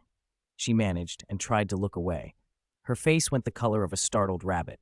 The more she tried to dodge, the closer Leon leaned in. Every rapid thump of her heart betrayed her. Superhearing at that moment felt eerily like mind reading. Leon followed the rhythm of her breath and murmured, What I mean is, do you want to? So sorry, Wanda blurted, cutting him off. She closed her eyes and fanned her hands as if to shoo away the sound of her own heart. The normally composed, melancholy woman suddenly seemed like someone resurrected from a long grief, vulnerable, awkward, and utterly unprepared. She jumped to her feet, covering her ears. Her cheeks were bright red as she stumbled over the sofa and then straightened, hair askew, and fled for the door. I just remembered it's my turn to cook today. I have to go back. Wanda sped out of the apartment, using chaos magic to accelerate her exit. Leon could still hear the frantic pound of her pulse until she reached her own building, when she slammed her door and the sound of her panicked breathing filled the room. He even heard her throw herself onto her bed, pulling the blanket over her head and making muffled noises as she turned. For a moment he had the whole picture, then a barrier snapped into place. Wanda's chaos magic shut off his hearing like a storm door slamming. Okay, Leon muttered to himself. Superhearing probably doesn't count as spying. For 3 days, Tony oscillated between pain and bliss, while Pepper remained unapologetically delighted. Elsewhere, Captain Marvel, stripped of her powers, was sinking into another kind of agony. Handed over to the United Nations, Carol was publicly tried. International trials typically take months, sometimes years, but her apparent collusion with the enemy and the danger she'd posed accelerated the process. Tony supplied a complete chain of evidence, and with the court's unanimous agreement, the trial began the very next day. The whole thing was broadcast live. Under the world's gaze, Carol was convicted of severely endangering humanity and sentenced to life imprisonment. She was transferred to the raft the same day. During the handover, she was met with hostile stares from every side. Adults and children alike glared at her with contempt. There were even assassination attempts. 2 attackers, hidden among the escort detail, lunged forward. One fired a gun, another tried to stab her. Carol was grievously wounded before she'd even reached the prison and had to be rushed to a nearby hospital for emergency treatment. Once her life was temporarily stabilized, the escorts resumed their mission. By the time she arrived at the raft, she was barely clinging to life. Physical pain was only part of it. The relentless hatred she encountered at every turn had pushed her psyche to the brink. The world that had once been her home felt like a furnace. Every face in the crowd seemed to hate her. Carol was hollow-eyed and disoriented. Entering the prison, she saw Nick Fury for the first time since her capture, confined in a transparent observation cell. For a fleeting moment, she thought she might have one ally left. Fury, however, rushed forward and began pounding on the glass. Carol, how could you let those super Skrulls escape? How could you do that? He shouted, eyes bloodshot with anger. He believed her interference had distracted the other heroes, allowing the most dangerous super Skrulls to break free. Nick, I know. Carol had no words. She had not expected even her oldest friend to lash out at her. The shock hit her like a physical blow. The world she knew appeared to collapse. Her vision darkened, her lips trembled, and she fainted. When she came to, she was in a transparent cell of her own. The guards watched her with open loathing. The application system for guard duty at the raft had crashed the moment she was sentenced. So many people applied. Most of the new guards were victims of Skrull attacks or relatives of those who'd been harmed. They didn't need to speak. Their faces already said that they'd hold her accountable for every loss. Carol curled into herself like a wounded animal, trembling. She tried to sort through what she had done, what had gone wrong, and whether she had any way to undo it. Chapter 213, Steve's Concerns. The afternoon sun poured through the windows of Avengers Tower. Lion leaned against Tony's desk, a holographic screen projected over his palm. Nick Fury applied to leave prison an hour ago. To go into space? He wants to make one last contribution to Earth? Tony's expression was exhausted as he slumped behind the desk. I hear the words, but they don't sound right together. Carol's only been in custody for 10 hours, Fury rushing off to clear her name. Lion switched off the projection and looked at him. I thought they'd be holding each other inside. Tony rubbed his temples and shook his head. It's not about vindication. He thinks, like I did at first, that Carol's interference let those super Skrulls escape the solar system. Normally, Tony's body was as indefatigable as ever, thanks to his tech and self-healing. But his spirit was drained. He leaned back, closing his eyes. So Fury wants to go out there and be Earth's outpost, prevent the Skrulls from regrouping and coming back. So he's definitely on Earth's side, Lion nodded. Did the UN approve? No, Fury insisted on taking the fall himself. It wasn't easy getting out of it. Tony opened one eye. I heard he and Carol even fought in prison, so bad she fainted. Friends fighting. How dramatic. Lion raised an eyebrow. I underestimated Fury. He really is committed to protecting Earth, even if his methods are questionable. Enough about that. Tony sat up. Do you know why I called you here? Lion stretched a finger. To see if you've been drained? You don't look great, Tony. Tony waved a hand. Ha! I'm fine, fit enough to take on 100 Captain Americas. Seriously, I called because of Wakanda. He tapped the desk and the hologram expanded. Images of the Wakandan Royal Guard filled the air, alongside Agent Hawkeye and Agent Coulson, and several transparent containers of crystalline liquid metal. The Skrull invasion shook Wakanda, Tony said. King T'Chaka agreed to sell us vibranium below black market prices. Hawkeye and Agent Coulson just returned with a shipment, Tony continued. If you want some, take it. And in future, we can get the Men in Black working with Wakanda. It looks like the king is moving away from isolation, trying to engage with the world. Tony tapped another control. Honestly, I don't fully understand their plan to use vibranium for cross-era tech and still keep their distance. What's the difference from you? Lion shrugged. You've got all this high tech. People wonder why you mostly build suits. I don't need vibranium, Lion said. But if you're making suits with it, why not help the Men in Black upgrade their gear and have them pay? That's a big business. Tony twirled a pen.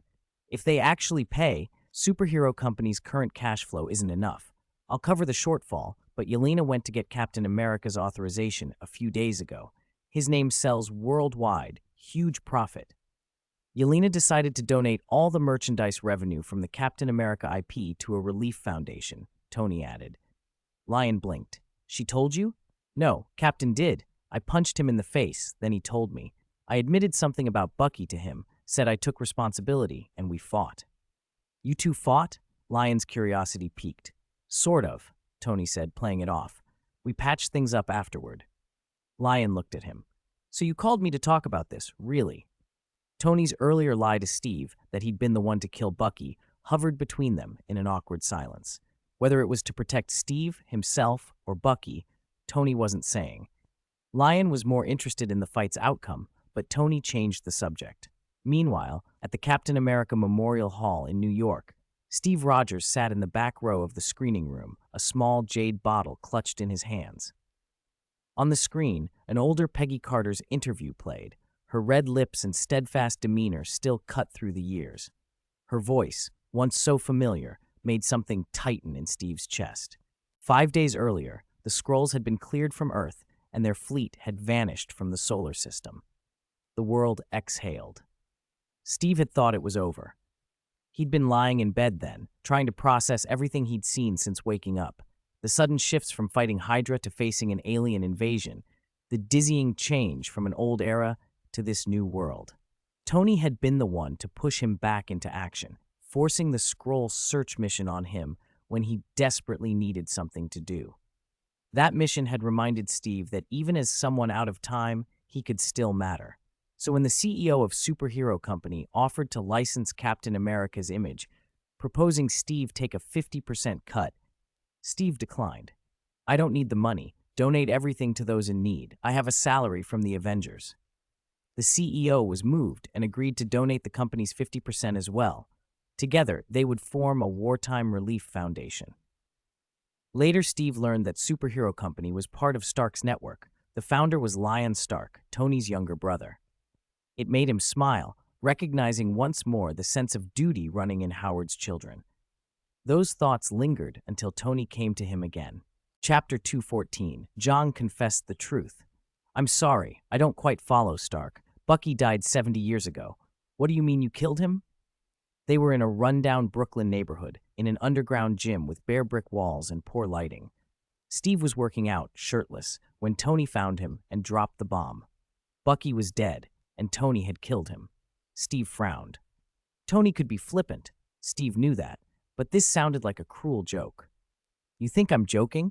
Tony said, shaking his head. I know how ridiculous it sounds. Dying and coming back, then dying again. It's absurd. But I'm serious. Tony took a few steps, avoiding Steve's face.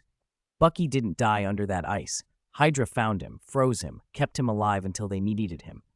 Hydra resurfaced inside the Strategic Scientific Reserve, what became S.H.I.E.L.D., Steve interrupted. And Bucky was one of their assets, Tony finished. Brainwashed, used as an assassin. Tony flipped a small, thumb-sized projection device across to Steve. It was one of Stark Electronics' newest phones. The glass square cast a translucent screen that hovered in Steve's palm. Documents about the Winter Soldier and Hydra scrolled up. Steve's face went hard as he read. The files traced Bucky from the moment Hydra picked him up, rehabilitated, modified, brainwashed, frozen, then unfrozen whenever they needed a clean hit. And there, on a mission list, was a name that stopped Steve cold. December 26, 1991, killed Howard Stark and his wife. Young son Tony Stark survived. Steve stared at the line, then drew in a breath. All of this is true? The records don't lie. Tony stopped walking. He killed Howard. Steve was silent for a long beat. I'm very sorry, Tony. No need. He already paid the price. I killed him. Tony's gaze drifted to the wall beside them. Steve opened his mouth, closed it. He felt scrambled. Bucky hadn't died in the ice. He'd been taken and forced to do Hydra's work. He murdered Howard, and then he was killed by Tony. The news piled on so quickly, Steve couldn't process more than a hollow, stunned grief. He hadn't even had time to be relieved at Bucky's survival before being told he'd died again. That made it hard to feel anything beyond a dull, regretful shock.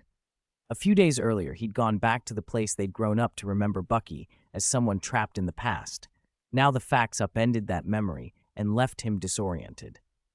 After a long silence, Steve exhaled. Was he under control when you killed him? Did he say anything? Any last words? He wasn't any different from the other Hydra operatives at the time, Tony said flatly. Steve lowered his eyes and nodded. I understand. You can go, Tony. Leave me alone for a while. Tony hesitated for a few seconds, then spread his hands. That's it? Nothing else? What else would you want? Steve snapped. He wasn't in a good place. Anyone who'd just learned their oldest friend had somehow survived the war, murdered another friend, and then been killed by that friend's son would be rattled.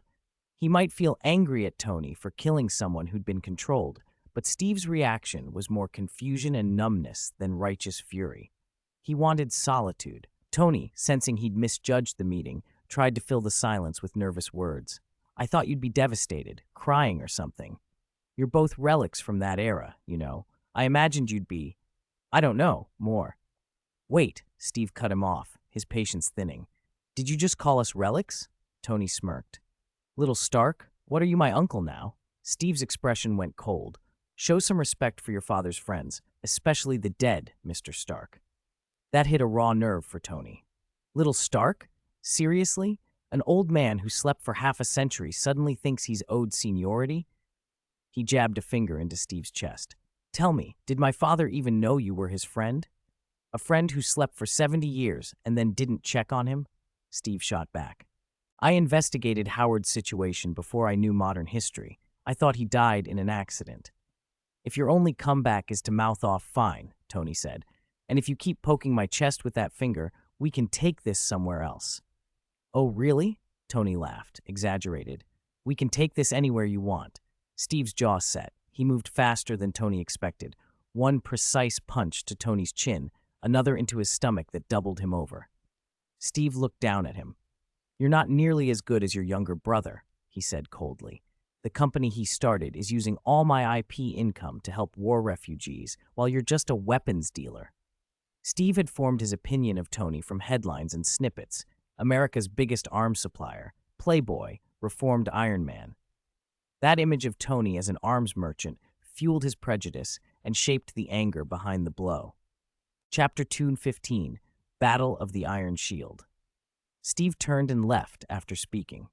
He picked up his coat and his shield from the ground, giving Tony a parting, arching look over his shoulder. "Hang on. Before you go turning your whole ass at me, shouldn't we finish what we started?" Tony straightened, glanced at Steve's prominent backside, tossed down his coat, and began rolling up his shirt sleeves. With his current conditioning, he could probably shrug off a direct hit from a 7.62mm rifle. Letting Steve land a single punch was as much an excuse to show respect as it was a pretext to take a proper beating later. "You want to fight? Fine. I'm all in." Steve stopped and turned back. "I hope your armor is as tough as your mouth." "Put on your armor," he said, looking at Tony. "What armor?" Tony smirked. "What I'm wearing right now is my armor for dealing with you." He flexed his wrists. He had on a plain white shirt, gray trousers, and crocodile leather shoes, more like a fired-up boxing commentator than a super soldier. Steve frowned. Without armor, Tony looked like any other man, someone Steve could take down 10 times over. He shook his head and tried to ignore the farce. Tony closed the distance with quick, shuffling Sanda footwork. "I'll knock you out with the same hook," he warned. Steve was dismissive. "Without armor, you're just some guy who knows a little Sanda." Before he finished, Tony stepped forward from 2 meters away and threw a hook so fast it blurred. The air itself seemed to break. The sound of wind collapsed into a sharp, louder crack. Steve's eyes widened, instinct and danger sense flaring. He raised his shield. Tony's fist smashed against the upper rim of the vibranium disc with a ringing clang. The impact echoed through the empty room. The blow tossed Steve backwards. He hit the wall with a heavy thud and slid down to the floor. His defenses had been overwhelmed. Fortunately, the vibranium absorbed most of the force. Without it, that strike would have pulverized the wall. Steve scrambled to his feet, stunned. You weren't even wearing armor." "Captain America's not the only one who's been enhanced by a serum," Tony said, grinning. He liked the upper hand. "Even without armor, I'm still a superhero." He half expected to have proven himself, to show that Steve wasn't as invincible as the stories. "Captain," he added, almost cheerfully, "it's not too late to surrender." Steve's expression hardened. He raised his shield. "I can do this with you all day." "You actually said that," Tony muttered, then charged. They collided, fist and shield meeting in a rhythm of dull thuds like a frantic monk beating a wooden fish. Every time Tony punched, Steve's instincts told him to lift the shield. The vibranium swallowed the kinetic energy and saved him from a worse fate. The force of each clash made Steve take a single step back. He absorbed the hits, waited for an opening, then countered. But Tony's reactions were faster. He could follow a block with a counterpunch. Back and forth they went, neither able to land a decisive blow. Sometimes Steve would throw the shield after a dodge so it ricocheted off the walls to smash toward Tony. Sometimes Tony would grab the rim and headbutt Steve, leaving him dizzy. They fought until twilight, until both men lay panting on the floor. Steve's face was streaked with blood and dust. Tony's hair and skin were caked with grime. They lay there, breathing hard, neither speaking. Tony had held back. He'd thrown almost everything into the punches. His fists could be blocked or dodged, but he deliberately limited the speed of his strikes. If one of his blows had actually landed clean on Captain America, Steve could have been badly injured or killed. Tony couldn't risk that. The next morning, the world would call him Captain America's murderer. He could already imagine Leon applauding, saying, "He's decisive. He finished what his brother started by taking out the Winter Soldier, so why not Captain America too?" Still, even with restraint, Steve looked beaten. Bruises, cuts, and grazes marked his skin. His eye and forehead were bloodied, half his cheek swollen. Tony almost laughed when he glanced at him. He exhaled and was the first to get back on his feet. He brushed dust from his clothes, kicked aside a pile of broken bricks, and picked his suit jacket from the rubble. "You still owe Carter a dance," Tony said, producing a small jade bottle and a sheet of paper with instructions from his shirt pocket and setting them in front of Steve. "Go find her and make up for that dance." Steve blinked, confused. After the fight, their tempers had cooled enough for them to talk. "What is this? The most important thing for a superhero is to keep his word," Tony said, standing in the doorway as the orange-red light of sunset slanted through the crack. "She waited for you a long time. You can start over. By the way, welcome back, Captain. I'll bet $10 you'll fall in love with this crazy world all over again." Tony left. In the dim room, Steve sat up and winced. He picked up the jade bottle and the instruction sheet and stared at them, incredulous. With some hesitation, he uncorked the bottle and took a cautious sip of the spring water. A moment later, his injuries knit and healed. The blood and swelling faded as if they'd never been. Steve looked at the jade bottle and realized he had misjudged Tony. Giving a thing this precious to an enemy like him meant something else entirely. Tony had a warm, unexpected heart. Nothing like the villainous image Steve had imagined. Time moved on. Steve sat in the memorial hall and watched Peggy Carter's interview footage on a loop. The reel clicked steadily, like the turning of a clock. Evening slipped into night. At last, Steve put the jade bottle into his pocket, made his decision, left the memorial, and headed to the sanatorium. The building was full of history, its white-painted walls yellow with age, vines climbing them. A few incandescent lights lit the corridor as dusk deepened. Steve found the room the nurse had given him and pushed the door open. The low sun poured in, bathing the little room with orange-red light. The curtains were open. A gentle breeze moved the fabric and carried the scent of late summer inside. On the windowsill, branches outside swung and cast moving shadows across the single bed. An old woman with white hair stood by the window, staring out. Steve watched her for a long moment, his heart full of things he couldn't speak. At last he managed to say, voice thin with emotion, "Peggy." The old woman turned slowly, surprised. "Steve?" Joy and disbelief lit her face. When she said his name, it steadied him. He stepped into the room, approached Peggy Carter, and looked at the face time had traced with wrinkles. Beneath them was the woman he had loved all those years. "I'm sorry," he said quietly. "I missed our appointment." Chapter 216, Steve Jang, felt that he understood everything. Looking at Peggy's surprised face, Steve couldn't help but remember their last kiss on the snowy Alps. Hydra's transport, loaded with gas bombs, was taking off. He was about to leap onto the plane's landing gear, to ride it into the unknown. Peggy had suddenly stood on tiptoe from the back of the Jeep, wrapped her arms around his neck, and kissed him with such intensity that it seemed she was giving him all the luck and courage in the world. In that moment, Steve had no doubt he could save the world. And he did.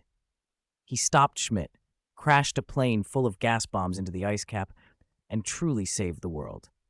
He had been worthy of everyone in it, everyone, that is, except the girl who had stood on tiptoe in the Jeep and kissed him. The dance they'd promised after the war stretched across half a century. His beloved's hair had been dusted with the frost of time. He had merely woken up, as if from another era. That dance seemed destined never to happen, unless Steve's right hand rested against his pants pocket, fingers touching the jade bottle through the fabric. He felt both impulsive and hesitant.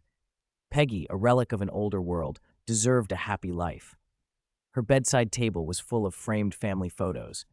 No man appeared in them, but there were clearly two children, a boy and a girl, smiling so brightly. Steve stared at the room, listening as Peggy recounted the years. After a long silence, he eased the jade bottle back into his pocket, smiled faintly, sat, and stayed by her bed, watching the world outside the window turn red with sunset. "This world is still beautiful," he said. "Even if a lot of it is unfamiliar to me now, there are even aliens." "It is beautiful because you saved it, Steve," Peggy said, apologetic, squeezing his hand. "It's just, we made a bit of a mess of it afterward." "No, you didn't." Steve returned the squeeze, holding her aged hand gently. "The essay Healed you built was good. Nobody wanted Hydra to rise again. One reason I joined the present Avengers was because part of what they are comes from you," Steve added softly. "Avengers?" Peggy's face shifted.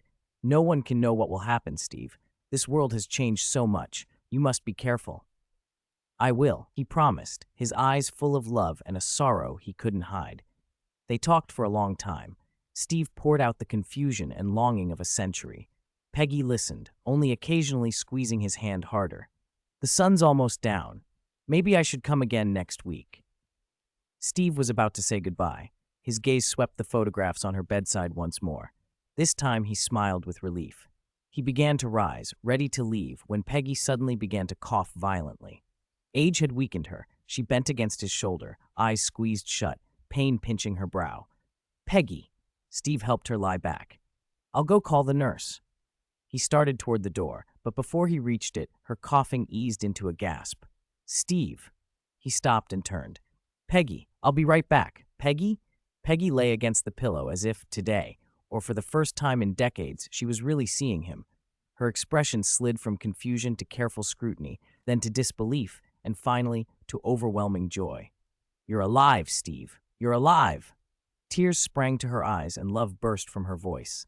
She trembled with excitement, breathing fast. "You're back." Steve froze in the doorway, stunned for a moment, then something clicked. "Yes, I'm back, Peggy," he said, easing into the room. The anxious look on his face softened, but the ache in his chest deepened. He knelt by the bed, letting her pull his hand into her own. "I knew you wouldn't die, Steve. You're back. You still owe me a dance." Her skin was loose with age, her eyelids heavy, but her eyes, clouded a moment ago, were bright and alive now. Before her stood the man she had waited for half a century to see. Steve held her hand tightly. Earlier, when Peggy had first seen him, she'd shown only brief surprise and some resigned acceptance. He had thought she'd moved on and found happiness without him. Now, with her memory faltering, she reacted with an almost youthful, fervent love, as if their last kiss and the promise of a dance were right there again. It hit him then. This reaction was the truest thing. If she had seemed to let go before, she had only been protecting him. No one had wanted to give him up more than she had. No one wanted more than Peggy to hold him and fulfill that dance. He tucked a strand of white hair behind her ear. This stubborn woman was still the same at heart. "I'm sorry, Peggy," he said. "I know why you tried to let go, but I can't give up on the past. I'm just a soldier who inexplicably crossed time. What meaning is there for a soldier who has lost his commander?" Peggy, in this fragile, amnesiac state, looked more innocent than she had in youth. Steve took a steadying breath and made a decision. Peggy had devoted her life to this world and to her family. She had the right to pursue whatever happiness she could.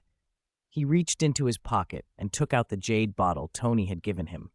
He twisted off the stopper, and a bright, sweet fragrance spread through the room. Even the wilting vine on the windowsill seemed, for a heartbeat, to grow a little greener. Peggy stared at the bottle, and clarity rippled through her eyes. "What is that?" she asked.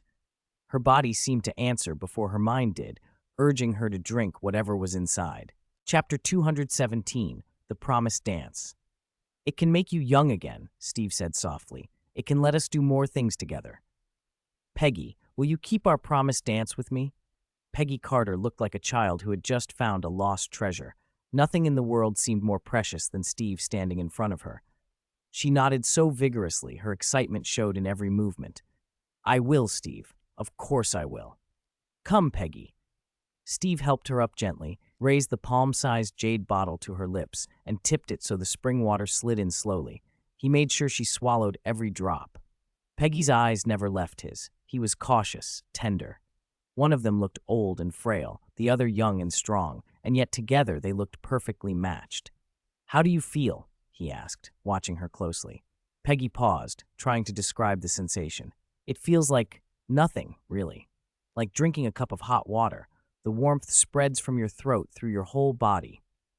"No feeling?" Steve's expression fell for a moment, disappointment and worry crossing his face. Then the warmth Peggy described began to change. It wasn't merely warmth, but a concentrated surge of life. It moved like a tide through her blood and cells, burning away stiffness and age.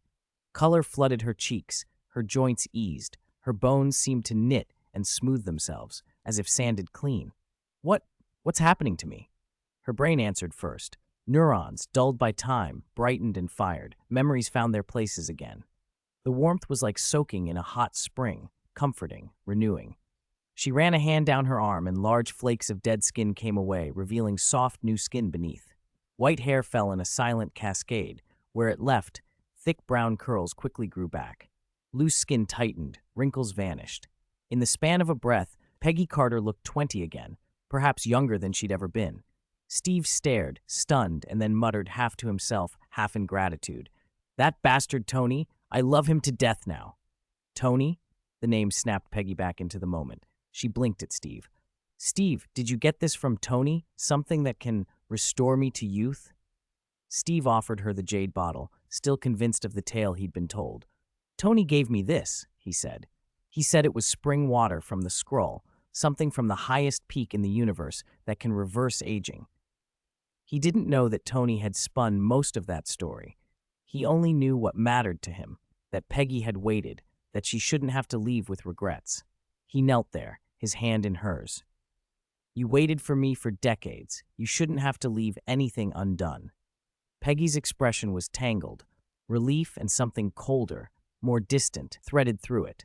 She was happy in one way. Youth returned, the man she'd loved back at her side. It should have been the happiest moment of her life. Instead, she felt oddly fragile, as if the smile on her face might slip from her at any second. "But, Steve," she said hesitantly, "isn't there? Shouldn't we?" He straightened and with the old, familiar gentlemanliness extended his right hand. "I've kept you waiting a long time. 70 years, I suppose. A promise overdue." "Promise?" Peggy looked at him, and for a beat she seemed lost in memory. Then she laughed, a little forced. "We should probably pick a day, find a jazz club, dress up, formal wear, makeup, the whole thing properly." Steve blinked. "You want to wait? Dress up and go out?" She saw the disappointment in his face and backtracked immediately. She took his hand, stood up, and moved toward him with more force than she intended. The power returning to her startled her. She slipped and fell into his arms, and the momentum knocked him off his feet. "Steve, are you okay?" Peggy scrambled to help him up, mortified. He brushed the pain from his chest and laughed despite it, hand on his ribs and hers in his.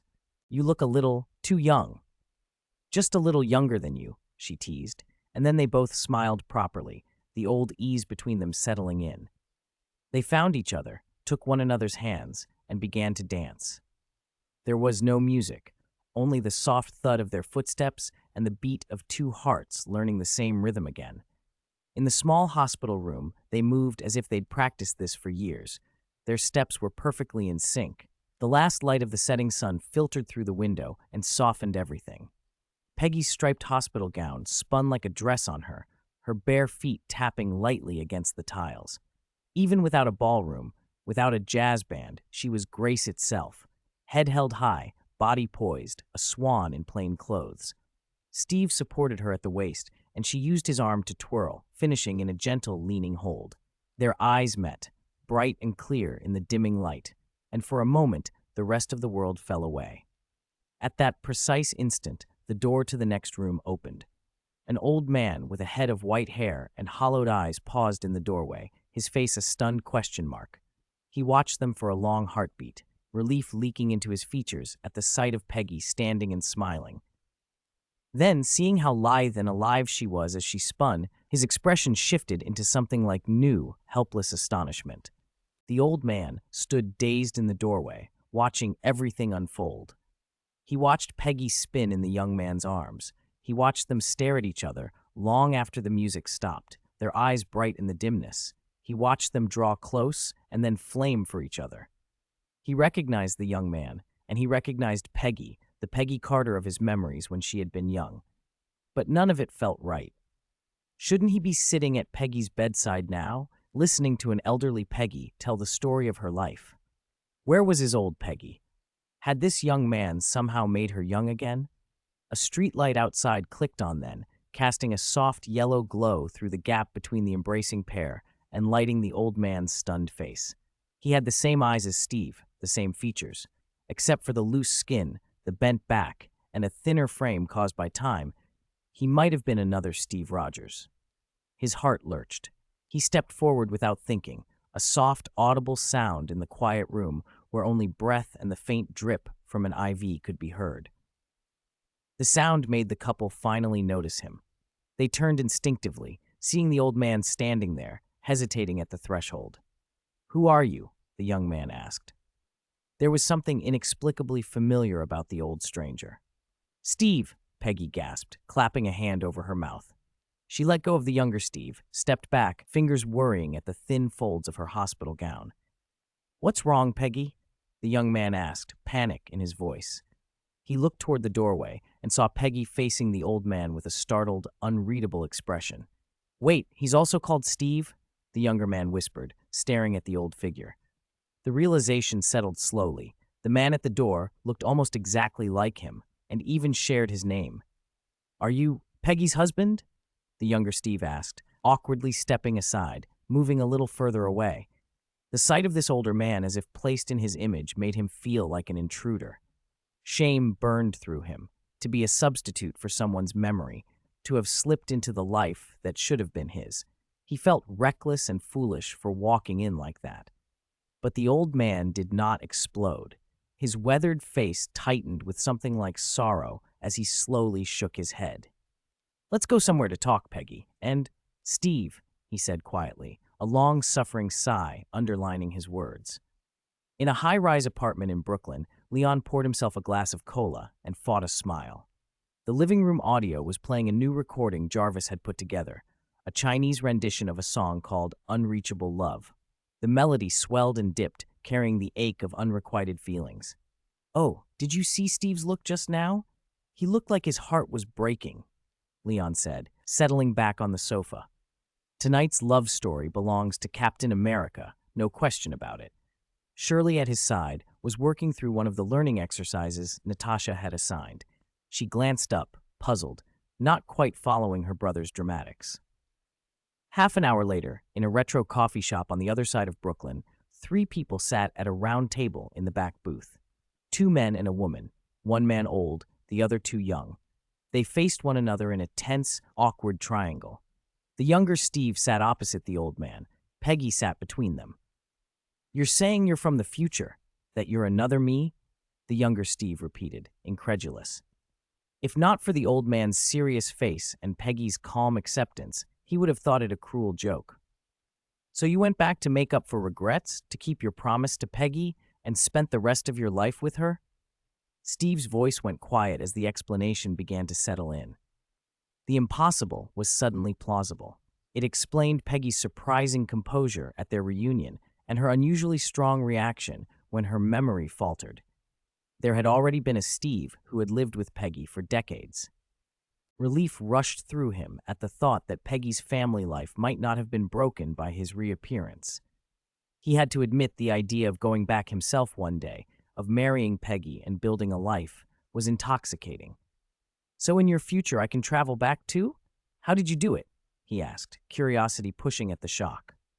The old man across from him was quiet for a moment. "It's not exactly what you think. I might not be your future self. I might be you from another universe." Steve blinked. "What did you say? Another universe?" "Steve, are you sure you want to hear this?" Peggy asked, anxiety evident in her voice. The old man nodded. "There are things I think the Avengers of this world need to know now. The danger they face might be different from what I experienced." "Peggy knows about this?" Steve felt oddly excluded despite sitting at the same table. His mind leapt to Tony. Had Tony had a hand in sending this other Steve back? "Call Tony. I'll tell you both everything," the old man said firmly. "Tony? Is Tony involved too?" Steve asked.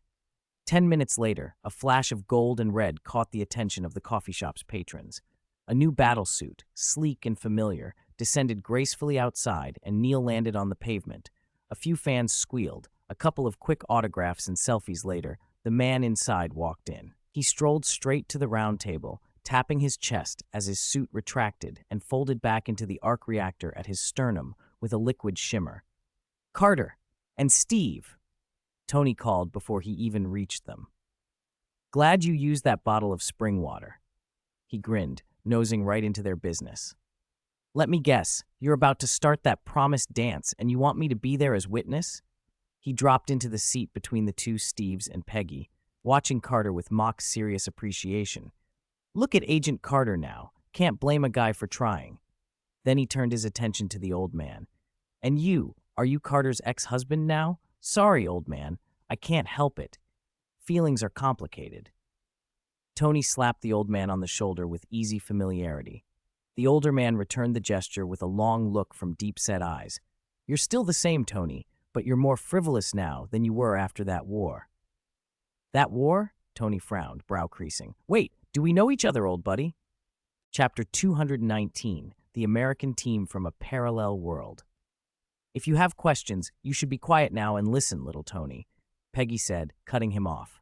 And call me Aunt Carter. Of course, I'll be very quiet. Tony's teasing grin faded. He still showed Peggy Carter the same respect. Although right now you look younger than me, calling you Aunt feels a little.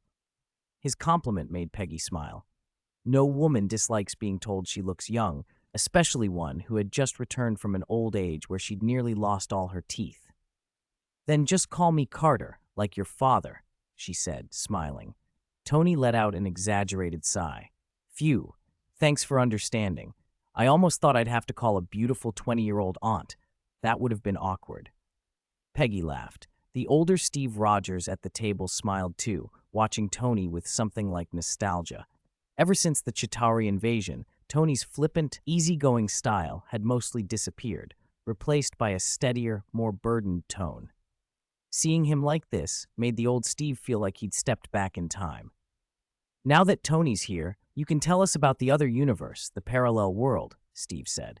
He'd been waiting a long time. His doubts were piling up. Another universe?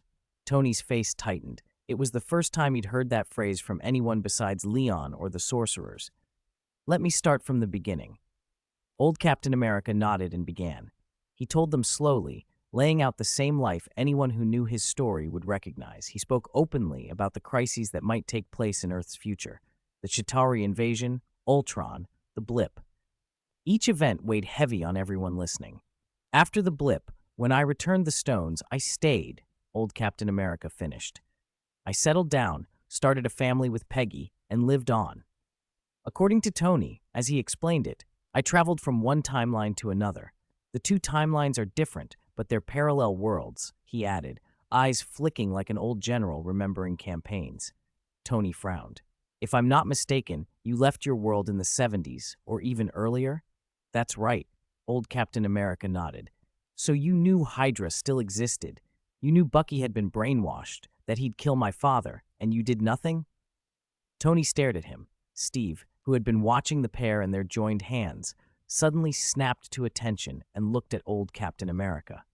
The older man offered a wry smile.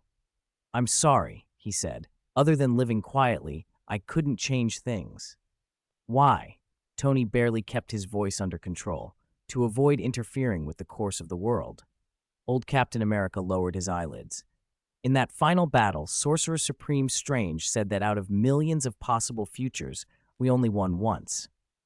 I wasn't sure anything I did would change that outcome. Tony fell silent for a few seconds, then leaned back.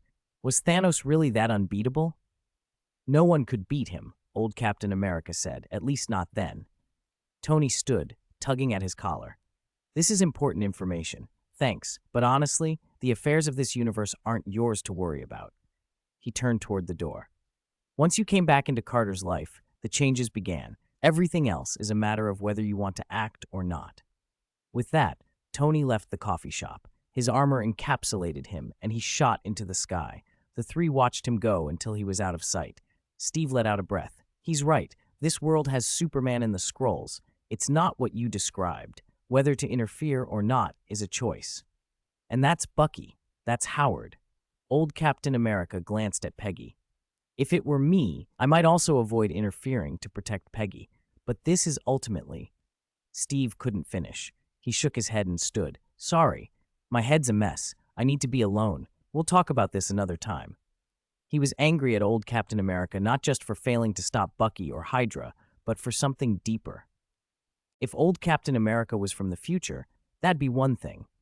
But if he came from a parallel world and had taken the life Steve felt was rightfully his, the life with Peggy, that felt like a theft. This other Steve had lived decades with Peggy, had become Captain America with her at his side, had kissed her goodbye in the Alps. How could someone from another world quietly cross over and take his place? Steve. Peggy wanted to call after him, but hesitated and looked at old Captain America instead. Right now, the man at her side needed companionship. She knew the pain of choosing between personal love and the safety of the world. Old Captain America had made a difficult choice. Steve, the changes with Superman and the Skrulls only happened this year, Peggy said, patting his hand. I know your choices were made out of necessity. Old Captain America shook his head. They're right. It's a matter of whether I wanted to act or not. If I truly didn't want to interfere, I shouldn't have stayed. He sighed and patted Peggy's shoulder. Peggy, you don't have to stay here with an old man like me. I'm used to being alone. Having you at my side for decades was enough, she replied. But he's the one who shared everything with you, who made promises to you. Don't leave him. Don't leave yourself with regrets. Peggy opened her mouth. She wanted to say they were both Steve, both her heroes, but she swallowed the words, took a long, hard look at old Captain America, and then hurried out of the room. Across the way, Leon watched with a satisfied expression. Next would be Peggy finding Steve, the two arguing and reconciling, then going home. That would be the natural arc. There was no need to keep watching. He hadn't expected things to unfold exactly this way. He'd only launched a single bottle of Zeus spring water. Everything else, the choices and the coincidences, even Peggy's brief amnesia, had been left to Steve and Peggy themselves. Leon hadn't interfered further. Of course, he couldn't rule out that other multiversal-level entities might have been watching and nudging events, but this confirmed his main theory. Old Captain America was from a parallel world, not the future of this Earth. In another life, when the Russo brothers were interviewed about Avengers Endgame, they said Captain America spent his life with Peggy in a parallel world and returned to the main universe in old age. Script editors later suggested he'd simply gone back in his own timeline and lived quietly until the end of the blip, supposedly without affecting anything. That version didn't make sense. Peggy already had 2 children with Captain America. How could that have no impact? The moment Captain America chose to make up for his regrets and acted on it, he had opened a new timeline. In this setting, changing the past creates a separate branch, a new timeline that doesn't overwrite the original.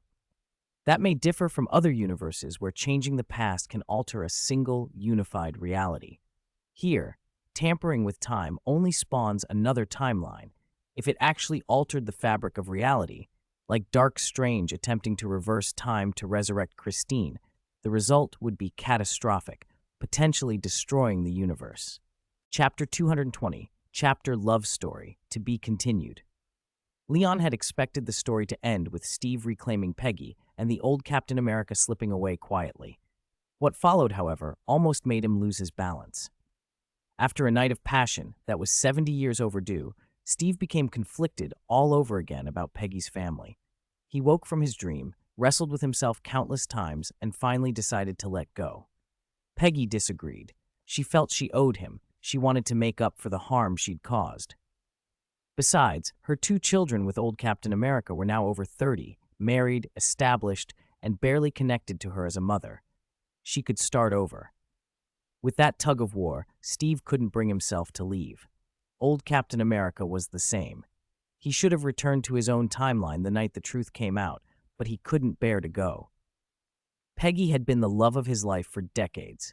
He stayed quietly, reasoning that seeing her a few more times was worth everything. No one could say where the tangled loves and hates of the 3 would end up. Tony, for one, was delighted. The Avengers had picked up 3 super soldier agents at once, and he got a live soap opera to watch every day, practical and entertaining. Weeks later, when Leon learned the details, he was stunned for a few beats, then could only sigh that burning winter really was everywhere. He wasn't surprised, though. Peggy Carter and Steve Rogers were like an original charging plug and data cable. When both were present, they couldn't be apart. When one was absent, the other pairing didn't necessarily suffer. For Peggy, every Steve she met across the multiverse, every Captain Carter in What If, made her heart flutter and tempted her to stay. For her, it was often enough that the man was Steve. Whether he was the exact same one didn't always matter. Steve felt similarly. He carried deep feelings for Peggy, but she wasn't his sole possible future. In the original timeline, he even developed a tentative relationship with her niece, Sharon, after Peggy's funeral. Both of them had a forward-looking view of love, Captain America's private business, and beyond reproach to Leon. He simply had Yelena record it quietly. If the parties consented and the chance arose, a Captain America Burning Winter series would certainly find an audience. The melodrama of that righteous face was irresistible. But the Captain America Carter affair was just a small interlude in everyday life. Early the next morning, after Leon dropped Shirley off at school, he and Tony went to Camartage. Tony was checking in about Thanos. Leon had come to help Wong and Mordo finish plans for their magic academy and a Fantastic Beasts breeding program. It was evening at Camartage. Passing sorcerers bowed as Leon and Tony walked across the training grounds toward the library. "Are you sure Thanos isn't a problem? Really as easy as you say?" Tony asked again. "Absolutely," Leon smiled. "By the way, how many times have you asked since you walked in this morning?" "Tony, Thanos' strength is similar to Carol's. If you sent Pepper right now, she could take him." Leon kept walking. "Not really. If you run into trouble, you can always hide behind Pepper." "Impossible. Look at this armor, Mark 11, nano armor. It can summon vibranium laser cannons anytime. It could punch through small asteroids." Tony patted his chest, showing off. "Pepper can't even match the speed of my suit." "How fast can your suit go, Mach 300? Mach 400, Leon teased. Tony's smug smile faltered. "About Mach 27. 27? Leon mocked, acting surprised as if he hadn't heard such a low number in ages. He clapped Tony on the shoulder. "You know, slow can be kind of cute." Tony scowled. "It's experimental nano armor. There's plenty of room for improvement. And besides, in old Cap's timeline, even Carol couldn't beat Thanos. So why would Pepper here be able to?"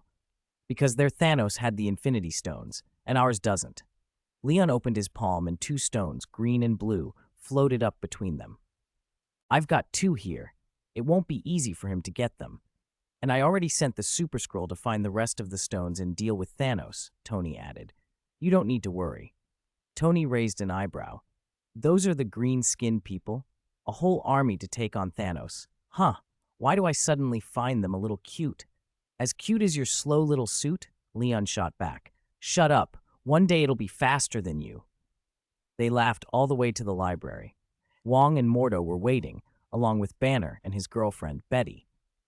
With the approval of the 2 senior sorcerers, Banner had actually brought Betty to help with the Fantastic Beasts. A biologist by training, Betty had resigned her professorship at Culver University and joined Camartage.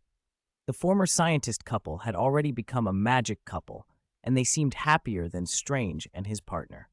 "Sorcerer Supreme!" The group performed the sorcerer salute as a courtesy, then Wong and Banner practically rushed up to Leon. "Leon, you're finally here. The spatial fluctuations in my suitcase have been getting worse lately." Banner sounded worried. "Don't panic." Leon took the suitcase and opened it. "The undetectable extension charm is starting to fade, but you should be able to fix it, right?" The charm could expand space, but its effect wasn't permanent. It slowly diminished over time. 2 weeks earlier, when the scrolls were still around, Banner had already mentioned this on the phone. "My extension charm isn't as good as Mr. Newt's," Banner admitted. "I can't keep such a large space stable. I've been moving the beasts out to another place to live. When I make the small world, we'll keep them there." Leon nodded. "Keep them in the small world?" Wong cried. "Can't you just reinforce the extension charm in the suitcase?" "You look like someone who just had their private stash robbed," Leon said, amused. "How did you know? It was stolen," Wong complained, full of indignation. "All the precious metals in the money box under my bed, taken by Banner's Niffler." "Niffler?" Leon glanced at Banner. Banner smiled awkwardly. "After the space in the box started acting up, I was worried it might hurt the Fantastic Beasts if it contracted, so I left the box open so they could escape.